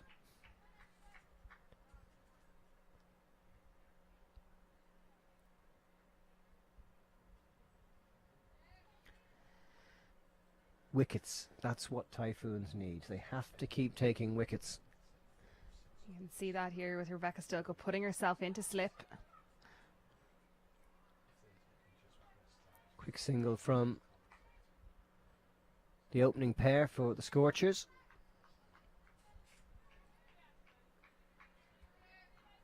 They certainly won't want to get bogged down, and of course rotating strike so important in T20. So important, and the Scorchers have a very long batting lineup today, so Gabby Lewis and Masonda probably have a little bit of time to get themselves in here at the top. Well, good job Masonda was backing herself up at the bowler's end, because that went straight through to hit the stumps. Gabby unfortunate there. Got a lot of bat on that.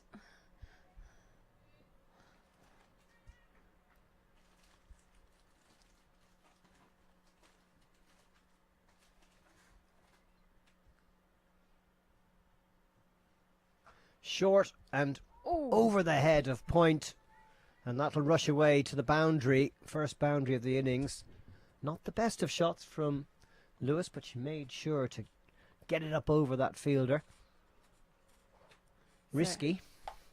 Risky and a great effort there. Point. I think it's Alice Tector. Short dug in.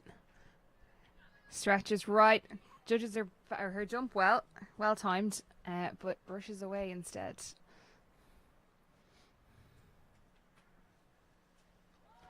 Bit of lift there, bit of bounce. Good ball from Lulu Little, beating the outside edge of Lewis's bat. Stays 8 for no wicket in the second over.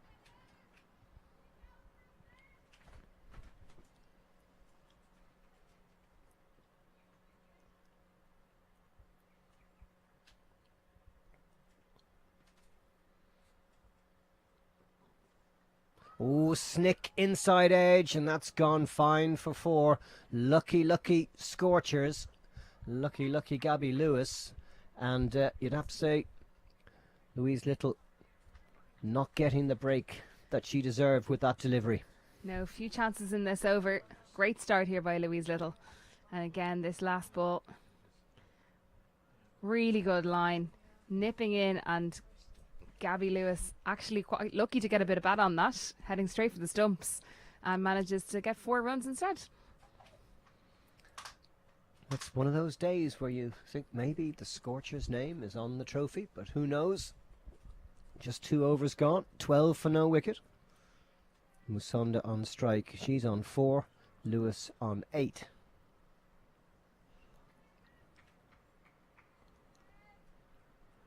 And it's Ava Canning to continue from the far end. Typhoons need a break here. They need to produce something outrageously good. And they won't with a ball like that. Wide outside the off stump and cracked away for 4. Easy for Musonda. Moves her score to 8 and the total to 16. Ava Canning just missing her line slightly. Musonda just rocks back and Quick Hands sends that flying to the boundary. Just 3 weeks ago, Musonda scored 71 not out here against Typhoons. And she was very quick onto that slightly short delivery. Cracks it away to wide mid-on for another couple. Brilliant fielding out there by Lulu Little, but still Gabby Lewis lightning between these, and she had turned and was back for her second. Musonda on 10. Looking ominous. Looking in good nick.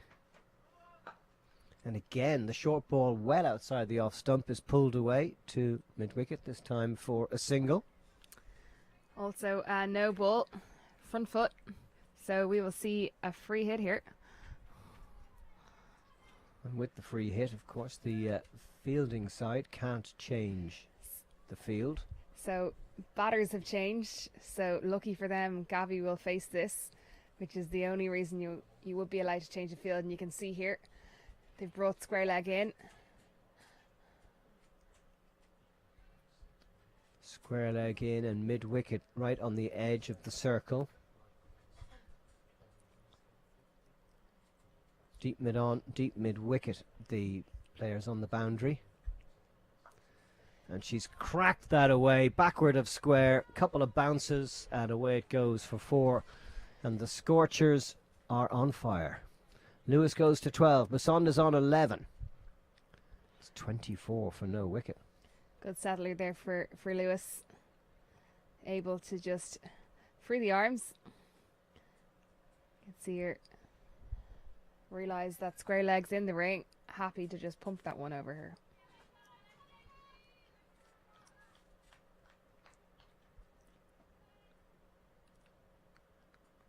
They don't need to rush, but they are playing superbly, these two.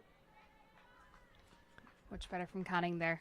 Finding the length she had in her first over, which only went for 1.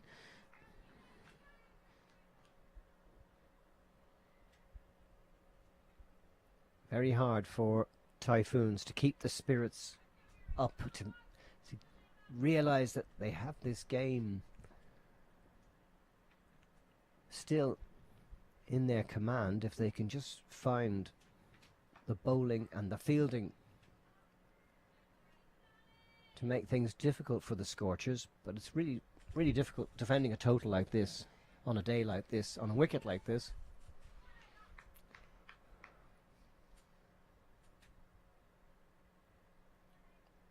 Maybe a leaf out of Gabby Lewis's book and plenty of bowling changes might help. Just short of a length, and again it's pulled easily by Musonda into the deep. She looks in great nick.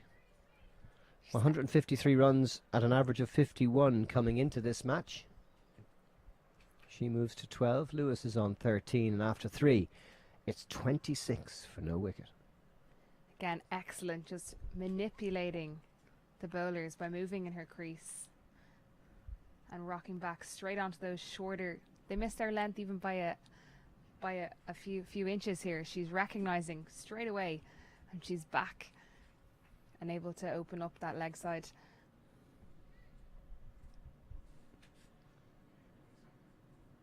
Rebecca Stokel just having a word with the bowler to perhaps encourage her.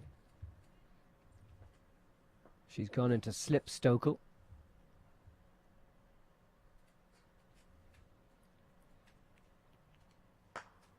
Pulled between mid-wicket and mid-on. Another boundary for Musonda.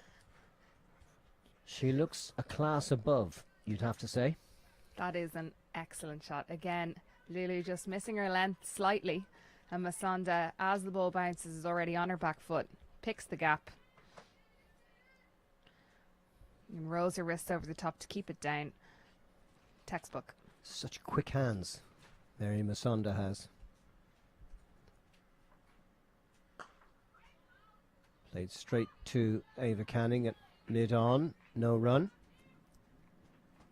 A rare dot in this really swift start for the Scorchers.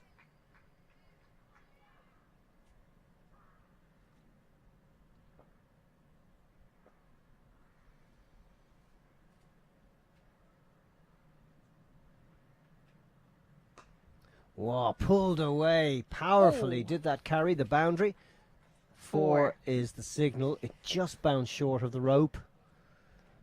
She's really enjoying this track, I think, today. Musonda looks like she's on another planet to the rest of these players. Again, Lily Little running in really strong.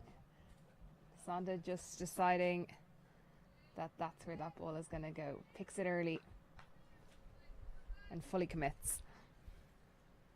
20 off 10 deliveries. Lewis playing second fiddle, 13 off 12 deliveries. A couple of 4s in this over already, which puts Little under so much pressure, and it's 34. Oh, that one lifted. Well taken by Robin Cyril. Great recovery there from Louise Little. Still running in, still bowling as quick as she can, right into the pitch, and rewarded there. A little bit of extra lift. Robin Cyril as well. We've seen plenty of lift in this wicket, in the Scorchers inning, in the Typhoons inning. There's a lot of grass there, although it's very lacking in colour. Just played late, backward of point to third, just a single.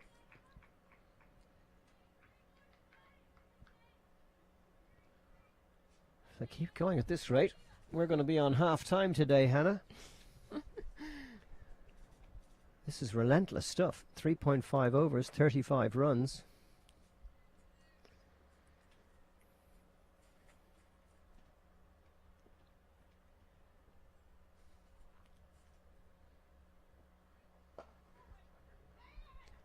And that's through the hands of Georgia Atkinson for another single, which will keep Musonda on strike. 10 off the over. 4 overs gone. And that target is getting closer and closer. Again, not that many chances yet for the Typhoons. Little inside edge from Gabby Lewis off Lily Little's first over is probably the only real one we've seen. A great start here by the Scorchers. They've been thrilled. In this Evoke Super Series, all the sides play each other 3 times, and in the 2 matches between them already this year, in the first game in Anglesey Road, it was rain affected and Typhoons won, chasing 80 for 9. They scored 68 for 2, but it was enough for a victory. And a week later, Scorchers made 121 for 3 batting first, and the Typhoons were all out for 96. So it's 1 apiece.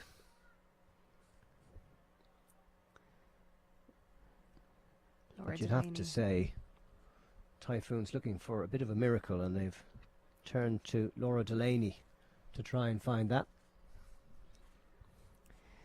Very reliable person with ball in hand, would often bowl at the death internationally, so will be used to pressure.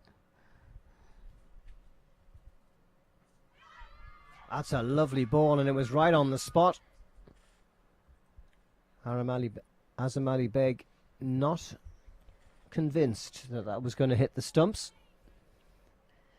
I know we're far away, but look close from here. Certainly did. Wonder, did she get something on it? Lewis played back to that. She was very close to the stumps.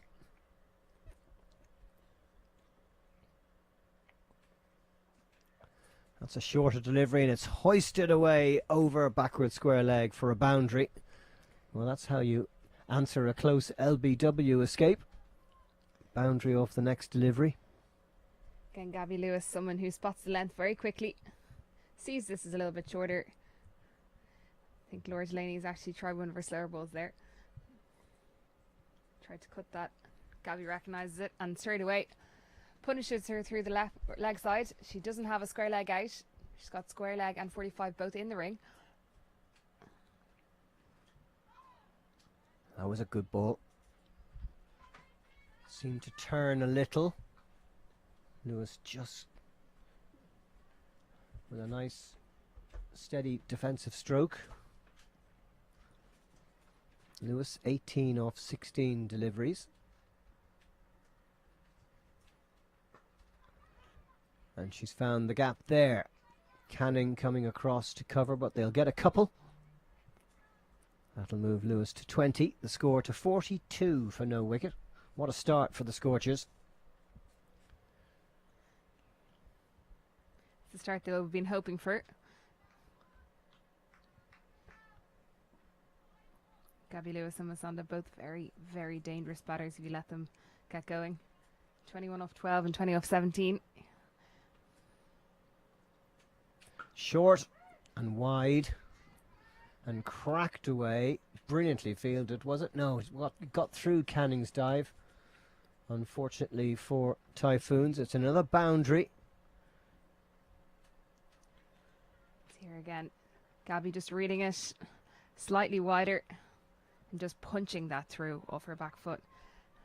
Beautiful sound off the bat. That one was right off the middle. Lewis to 24 now. Masonda at 21. It's like they're having a personal battle. 46 for no wicket in the 5th over.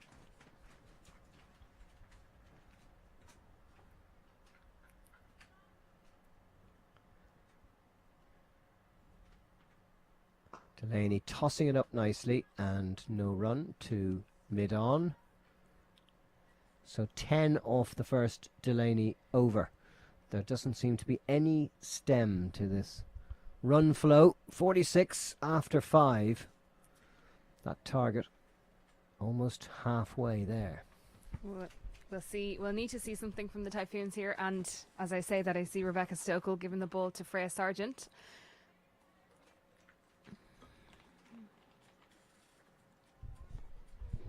Freya Sargent, who got 4 for 15 against the Scorchers in Anglesey Road 3 weeks ago, in that match that Typhoons won on the DLS system. Different conditions today, though. We have seen these two opening batters punish every single ball that's off the stump so far. It's been superb batting so far. And there again, through extra cover. Will it roll all the way? No, it's going to hold up in the slow outfield. 3 runs though.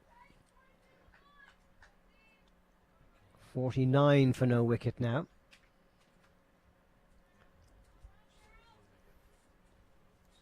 Both batters on 24. Freya Sargent will bowl to Gabby now.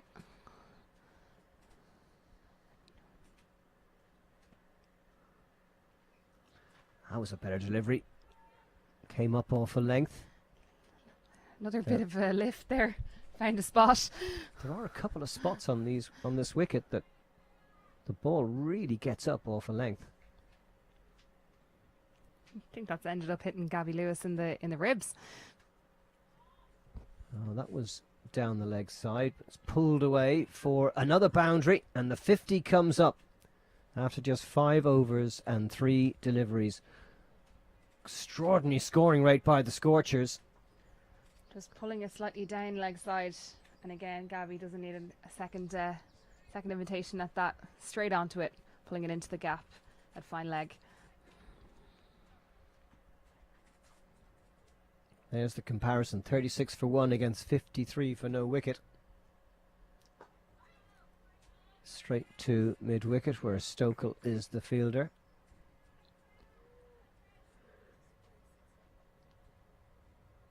Haven't been too many dots. There's the partnership. 53 off 35 deliveries.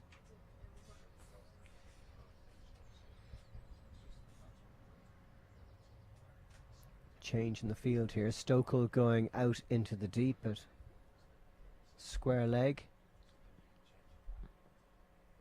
Sarah Forbes has come in to mid-wicket.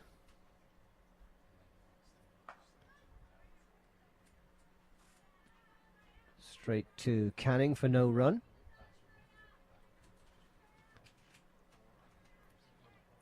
Plenty of encouragement for Sargent from her teammates. This is much better. These two batters will give respect to a good ball. Sargent with 7 off her first over. 53 for no wicket, the score after 6. The run rate 8.83. Again, as you see, obviously no wickets down, so 53. Marianne Musunda already on 24 off just 13 balls, and Gabby Lewis 28 off 24. Both have had excellent starts here.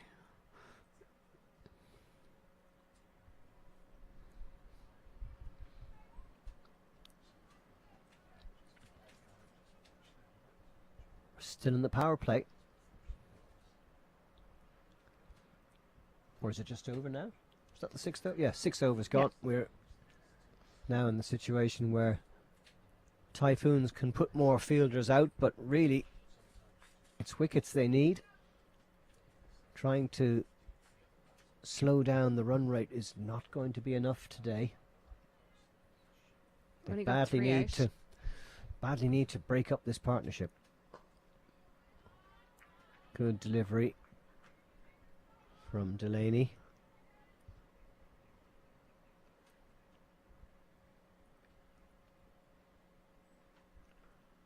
.49 runs is all that they require at this stage. Run rate approaching 9. And that's down the leg side and wide signalled. Even the quick hands of Musonda couldn't get onto that one.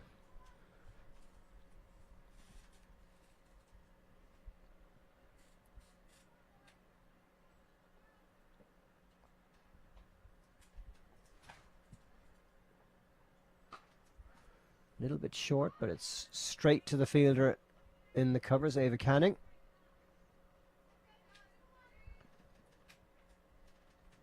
It's about the first time in the innings that there have been 3 dot balls in a row.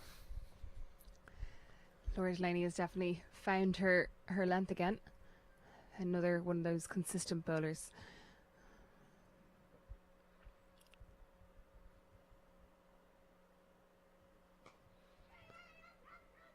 Take the quick single. Amy Maguire doing the fielding at backward point. Musonda moves to 25, Lewis on 28.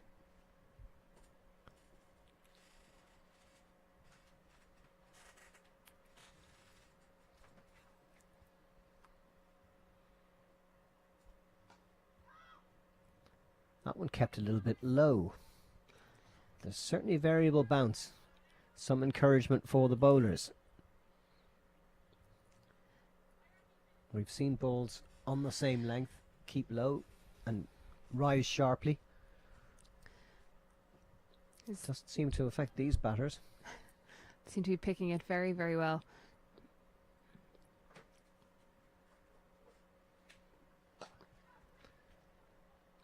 Played through extra cover. What a wonderful shot that is. Finding the gap. And raced away to the boundary for another 4 to Lewis. Trademark Gabby Lewis. Just a little bit fuller on this ball from Delaney. And Gabby straight onto it, through the covers. Lovely shape. Juicy half volley.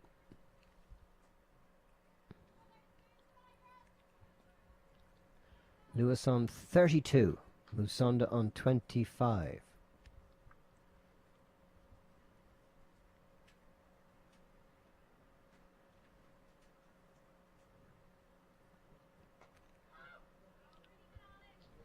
Has played to point where Maguire is the fielder. It's the end of Delaney's second over, 6 from it, none for 16 from her 2 overs, 59 for no wicket after 7. And what would you do if you were Rebecca Stokel? Would you make some more bowling changes? I think she'd... Freya Sargent started off well in her last one. I know she was unlucky to go for a couple of big shots, but actually her other 4 balls were enticing the batters out of their crease and things like that. So glad to see her stay on. You can see them not using their 4 out either. trying to think about how they try and contain some of this. Yeah, they've 2 out on the leg side at square and mid wicket, and they've got a deep fielder on the cover boundary.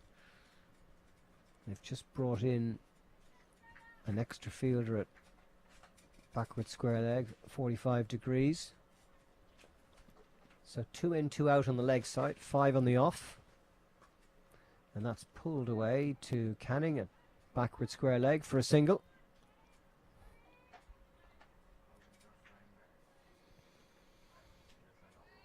Score moves into the 60s.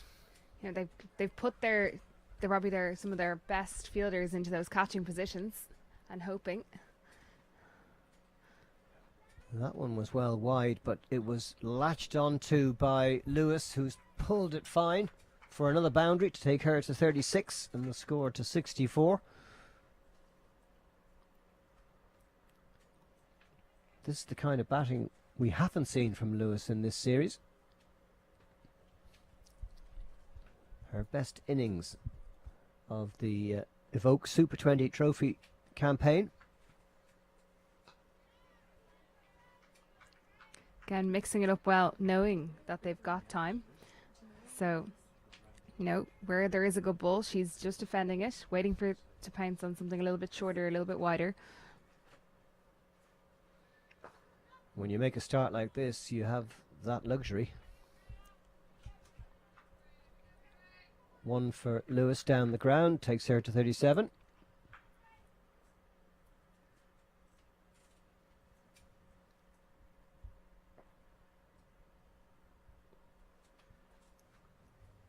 Short again, cracked to deep mid wicket.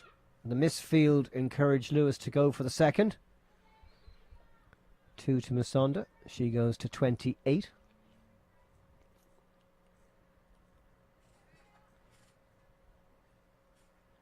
Lulu Little out at that boundary. Serious arm there. A rare error from Musonda, playing and missing. Robin Cyril keeping up. Unfortunate that there was no touch on that. So still, it's no wickets down. 8 overs gone, 67 the score. They just need 35 now. Robin Cyril taking off her helmet. I think she's going to stand back. I think this looks like Alice Tector coming on to have a bowl. We'll see now. Just the 4th bowler used by Typhoons as they try to defend what we always thought was quite a low target.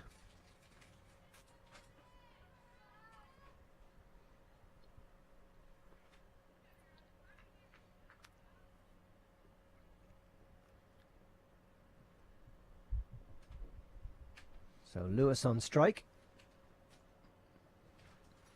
Easy single to Stokel at mid-wicket.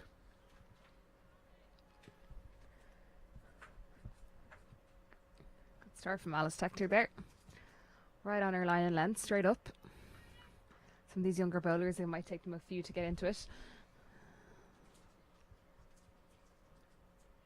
Yeah, Tector, one of many promising youngsters in these two sides today.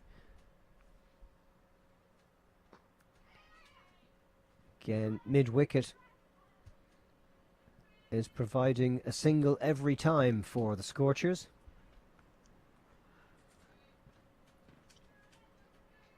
So Rebecca Stokel has a decision to make, because Scorchers know that's all they need to do.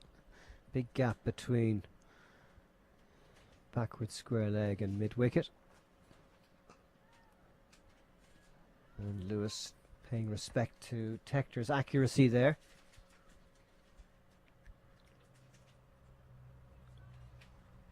Both these batters well over 100 on the strike rate.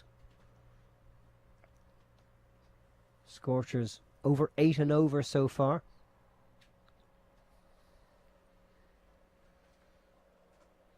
Cut away nicely to third. Sarah Forbes, the fielder.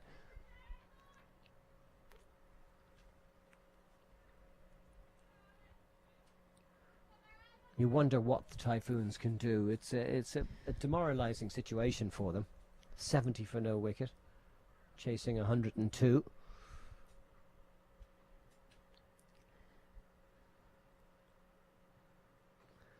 Oh, it's a wicket. She's played on. Musonda making the first mistake, and Tector gets the breakthrough. But with 70 on the board, you wonder if it'll be enough. Musonda bowled for 29 off 21 deliveries. It's 70 for 1. Well deserved for Tector there. She started really well there. 4 or 5 balls right in the right spot. And again there, that one just seemed to stay a little bit lower. We'll have another look at it here. And Musonda straight backwards, trying to get on that back foot. But misjudges the height a little bit, I think. So she finishes the series with 182 runs at an average of just over 45. What an addition she has been to Scorchers lineup this year. In comes Polly Inglis to join Gabby Lewis. Had a phenomenal first innings behind the stumps for the Scorchers.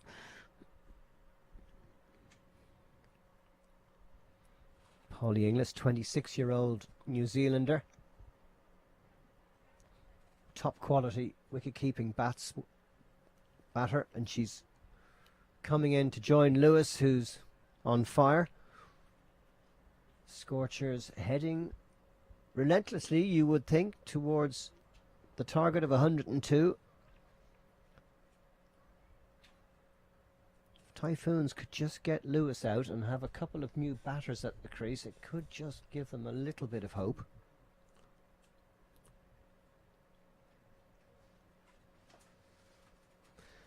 And a little mistake there by Inglis. Playing and missing at Tector's wider delivery. A very good over from Alice Tector. 1 for 3 in her first over.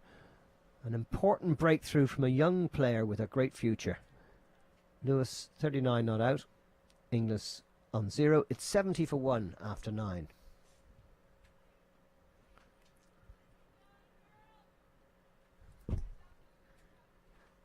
See Stokel making another change here.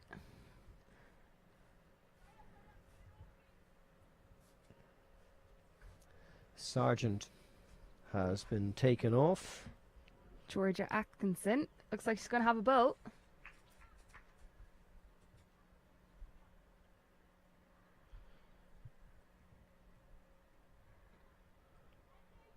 George Atkinson down in the books as a leg spin bowler. I haven't seen her bowl before. Can she get something out of this variable bounce on the pitch? Nobody at mid-wicket. Huge gap on the leg side. There's just one fielder on the single at 45 behind square and 3 out in the boundary, and that's about the easiest single on the planet. I think they're trying to save the 4s here, but at 71 off 9 overs, I think they're going to have to squeeze in the ring as well, which Stokel is now doing. So she's brought Jane Butterley back into mid-wicket here.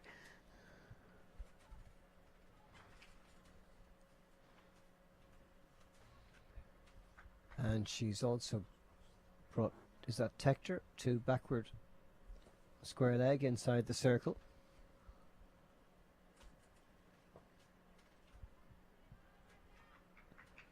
Polly Inglis having a look as she can. Plenty of time for the Scorchers. She can play herself in. The rate required just 2.9 and over. A little bit wider that time. Great effort by Alice Tector there in point, a shy at the stumps, and I think if it had hit, I think Polly Inglis would have been in a bit of trouble.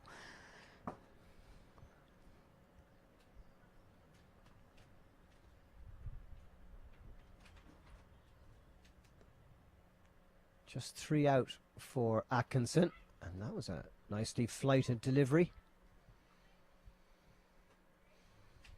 Plenty of air on that one.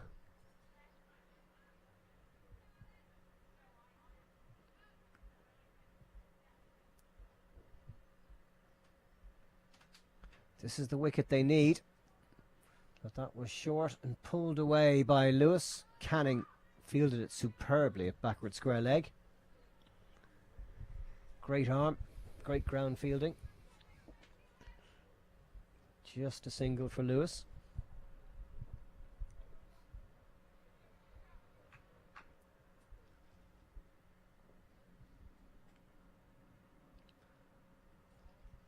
That was well wide of the mark.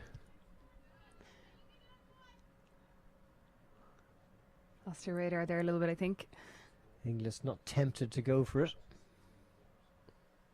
Reverse sweep this time, and that's pulled away to the backward boundary for 4.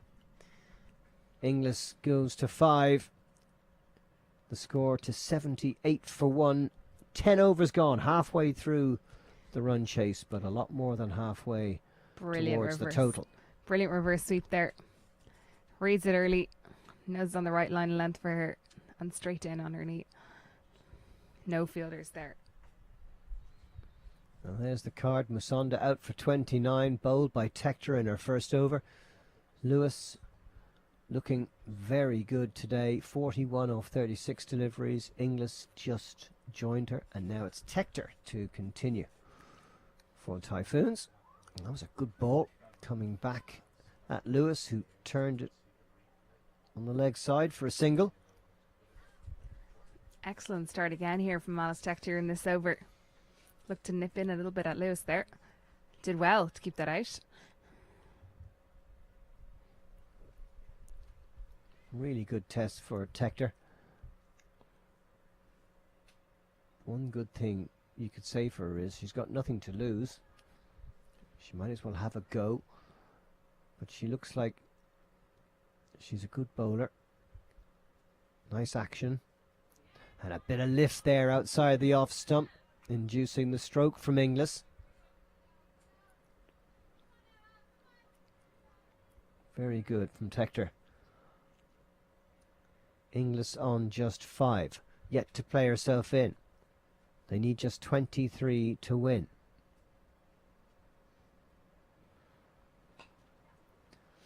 Good shot into the covers. An excellent ground fielding. And backing up.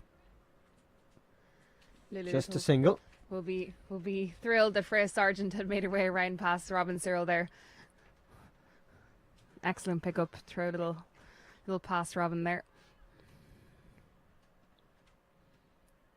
So Lewis on strike on 42.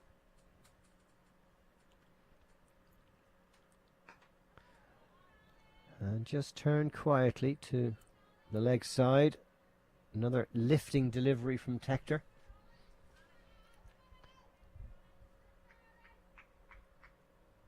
Who can only get better as a bowler as she fills out a bit more. Very young, very athletic though.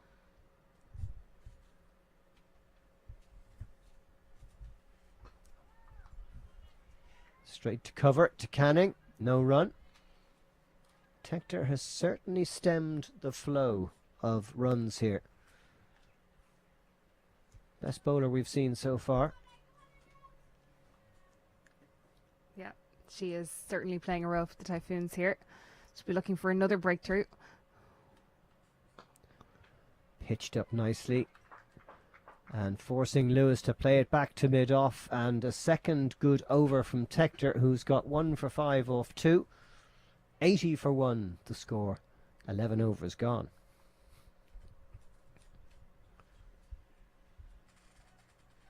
I think Gabby Lewis is in the mood today to carry her bat. I think she wants to prove that her form so far this summer is not really what she would like from herself, and she's determined to lead her side to victory here today in the best way possible. Should have come into this with a good bit of confidence after the first innings. Good captaincy. And now batting on a nice pitch. And it's Atkinson again, and this time Inglis pulls it away to cow corner for a boundary. And after a very quiet Tector over, the runs start flowing again. See here, Atkinson. Just a bit of flight. Inglis straight up the pitch, right to the pitch of the ball, straight into the gap. And that's a full toss, and that's pulled away between the two fielders in the deep. Super fielding out there by Louise Little. Despite the best efforts of Ava Canning coming the other direction, it seemed to be a bit of a collision there. Lulu Little did exceptional to keep the ball in her hand. Atkinson none for 14 off just 8 deliveries. Inglis on strike. Waited for that one to come down. Gets the single. 87 for 1 now. 15 required.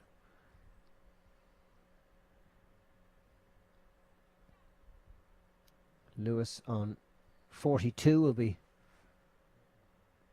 hoping to go on for the half century. And she should get a couple here. No, they decide just on one. Sarah Forbes coming in from the cover boundary, restricting them to just one run. But Atkinson has been very expensive. The gamble of hoping that she might get a breakthrough hasn't really come off for Rebecca Stokel. And that one is cracked away by Inglis into the gap in the covers. It won't reach the boundary though. Incredibly slow out there. And they're going to come back here for a third at the end of 12 overs. It's 94 for 1, and they're just 8 runs away. Lewis on 43. Well, there is one more run, one more ball in this over.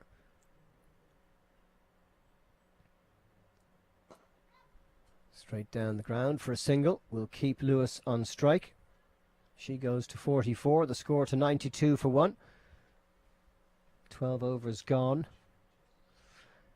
And the Scorchers are just Can see the slowly moving to the target. See the experience in their batting.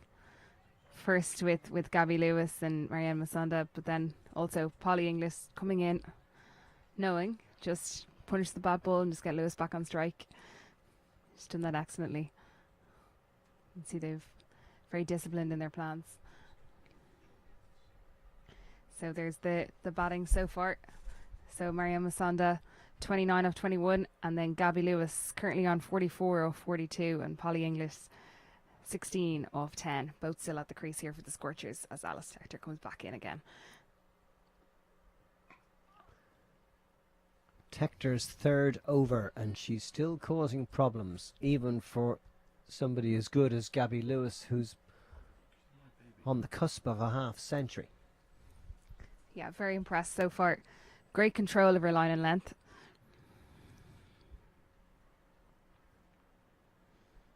Well pitched up and hit straight down the ground. Super straight drive from Lewis takes her to within 2 of her half century. There wasn't much wrong with that delivery. No. Missed her length by a fraction. A little bit fuller, and Gabby just almost leans on it. Straight back past the bowler for 4. Good batters always make it look effortless. Wide and cracked away on the offside. This will be Lewis's half century. Didn't quite make the boundary. Sarah Forbes picks it up 2 Lewis, takes her to 50 off 45 deliveries. And the Scorchers are a boundary away from their total, from their target. Wonderful 50 from Lewis. Don't think she realises she got 50. I don't think her team does either. Fantastic 50 from Gabby.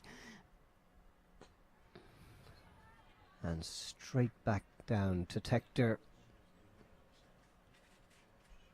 who can be really proud of herself today. She's bowled beautifully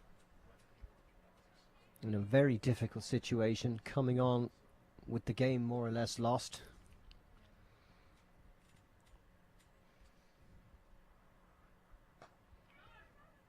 Thought about the quick single, but you don't take one to Canning. That's short.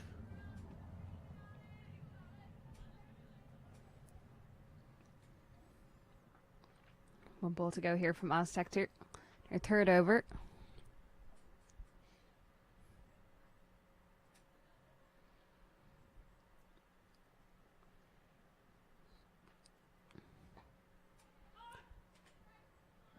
And the shout is no from Inglis. Probably the right shout. I think so. So Lewis stays off strike at the end of that third over from Tector. Lewis on 50, Inglis on 16, 98 for 1 after 13 overs. And the Scorchers on the cusp of another title. This will be their third in a row. Yeah, they've been very dominant, especially in the T20 and the 50 actually. So going for their third title in a row. Gabby Lewis has been important to all of those, and she'll be thrilled to get back into the runs today. Just saw a glimpse there of Claire Terblanche with the rest of the Scorchers team in the pavilion. I'm sure she's a proud woman leading this side.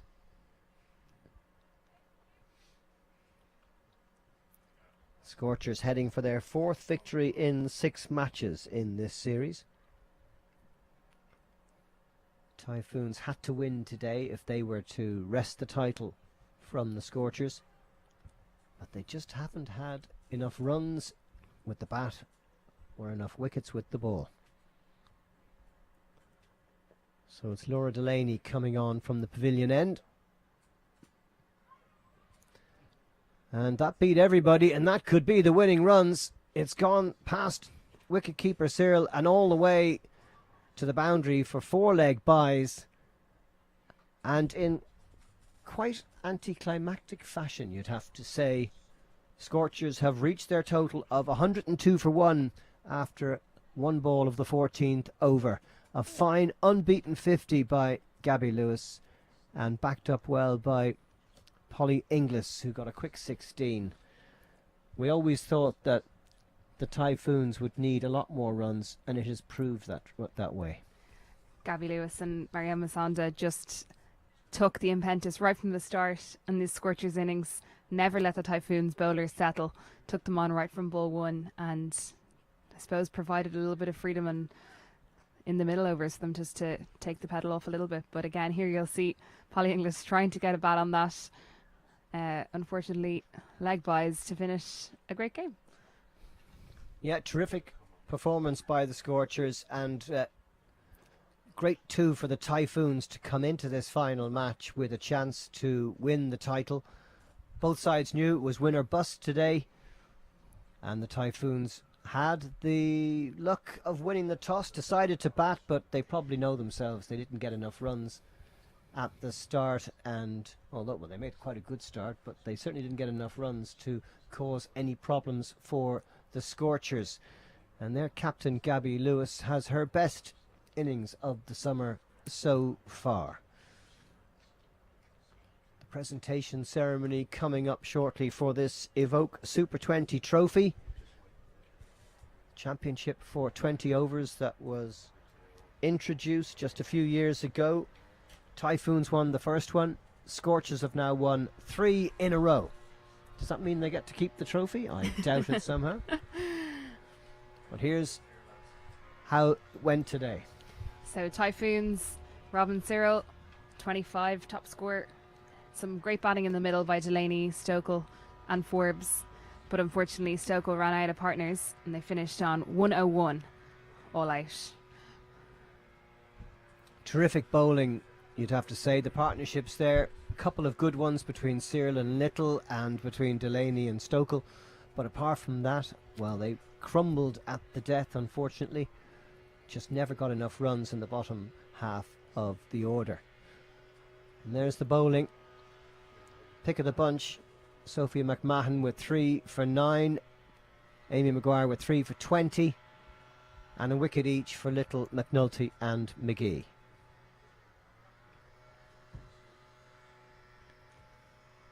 Looking out on this beautiful scene in County Wicklow, Oak Hill Cricket Ground. One of the best in the country, it has to be said. A really lovely place to watch a game of cricket. There's the Scorchers reply. Again, great start by Mariam Masunda and Gabby Lewis. Great partnership up top. Gabby finishing it out with an unbeaten 50, supported by Polly Inglis at the end. Tector, again, taking that 1 wicket of Masunda. Partnerships are obviously just there. Gabby Lewis and Masunda, partnership of 70, and then finished with Gabby Lewis and Polly Inglis, 32. And there's the Typhoons bowling, and the pick of the bunch, Alice Tector, 1 for 11 off 3 overs, came on towards the end of the innings and did superbly well. Just 1 wicket to fall. There's the match summary. Top scorer for the Typhoons, Robin Searle. Good bowling by the Scorchers throughout, and then that fine opening partnership of 70, putting the Scorchers on their way. They win by 9 wickets with, well, nearly 7 overs to spare. A fantastic performance by them.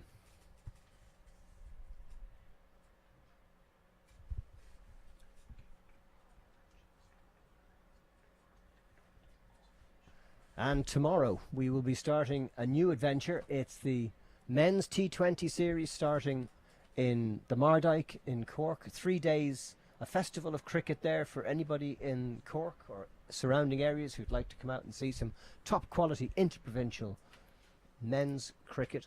The T20 series starting there tomorrow at 11 o'clock, and we will be there to bring it to you. 3 days of men's T20.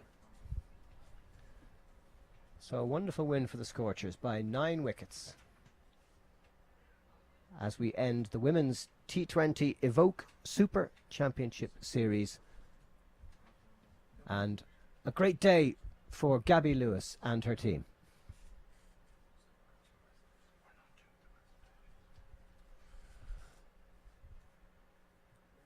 Your final thoughts, Hannah, on what's been a wonderful day in this glorious ground here in Oak Hill? Yeah, I think the Scorchers just came out really strong today. You saw that from the start in both their bowling, their fielding, and again in their batting opening partnership. I think Polly Inglis behind the stumps in the first innings was really one huge difference for them. And again, Gabby Lewis back in the runs in their batting as well. Also, special mention, Alice Tector, phenomenal figures and a really disciplined bowling attack in for the Typhoons in the second innings. So that's about it from Oak Hill for today. The end of the Evoke Super 20 Trophy Championship, and it's a win for the Scorchers for the 3rd year in a row. And we leave you with them awaiting their trophy presentation. From Hannah and from myself, Stephen Alkin, it's goodbye for now. Well done. Thanks. And 1, 2, 3 on the player of the match. I'm going to put Lewis, Inglis, and who was the best of the bowlers? Sophie McMahon. The Typhoons. Sophie McMahon. Sophie.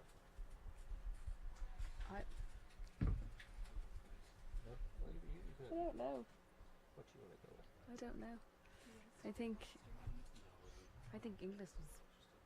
I think Inglis was the difference in that Scorchers' first innings, but Gabby did captain excellently. So I give it to Gabby almost for her batting and her captaincy. Yeah, but 2. Yeah, same. Yeah. 3 Yeah, Sophie McMahon. and Sophie. Yeah, same.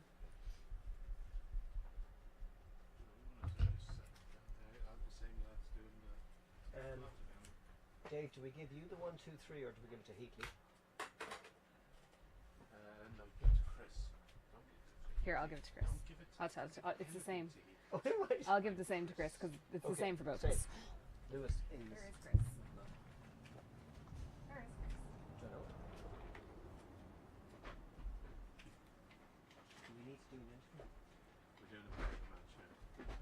That's Who did you Gabby. pick? Gabby. 2 for her wicket keeping, which was brilliant, and Sophia McMahon for some really good bowling. You're probably surprised we go for a wicket keeper. No, go for it, just to Yeah. confuse everyone. Gabby gets it. Yeah. I was hoping she might get 65 or 70, and that would really make What it. did English finish on? Well, it wasn't that she finished on anything. It's just that she had she had a No, stumping, but, I mean, you 2 can- catches and Second, did 2 she stumpings, get- a catch, and a run out. How many did she get? She got 16 that out, but it Give wasn't it to her. Huh? Give it to her. to piss off No, Jackie and- not to do that. Just to have a Piss off different, just to have a different person. Yeah. The thing is, some people just don't remember, right? So you just leave it. Yeah. Like that's fine. And when they come up in the far end, because you're, Already there. you know, you're looking that way, but there's not What you can do with not it. much of a road, even though it could be strong enough. What is he talking about then?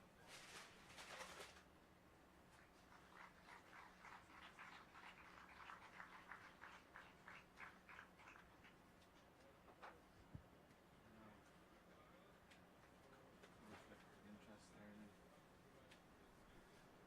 He loves his speech.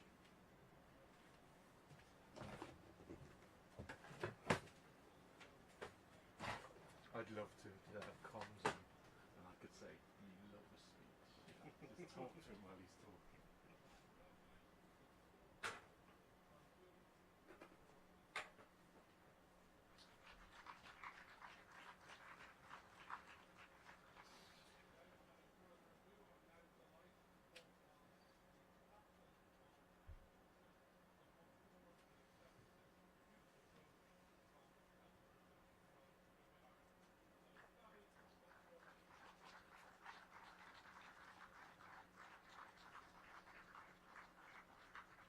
Are we going to do play out match down there as well? Might as well. But it's only recorded. they may be recording this presentation as well. There's in there, Yeah, they are. obviously. Don't know if we're going to use it, so just to have it.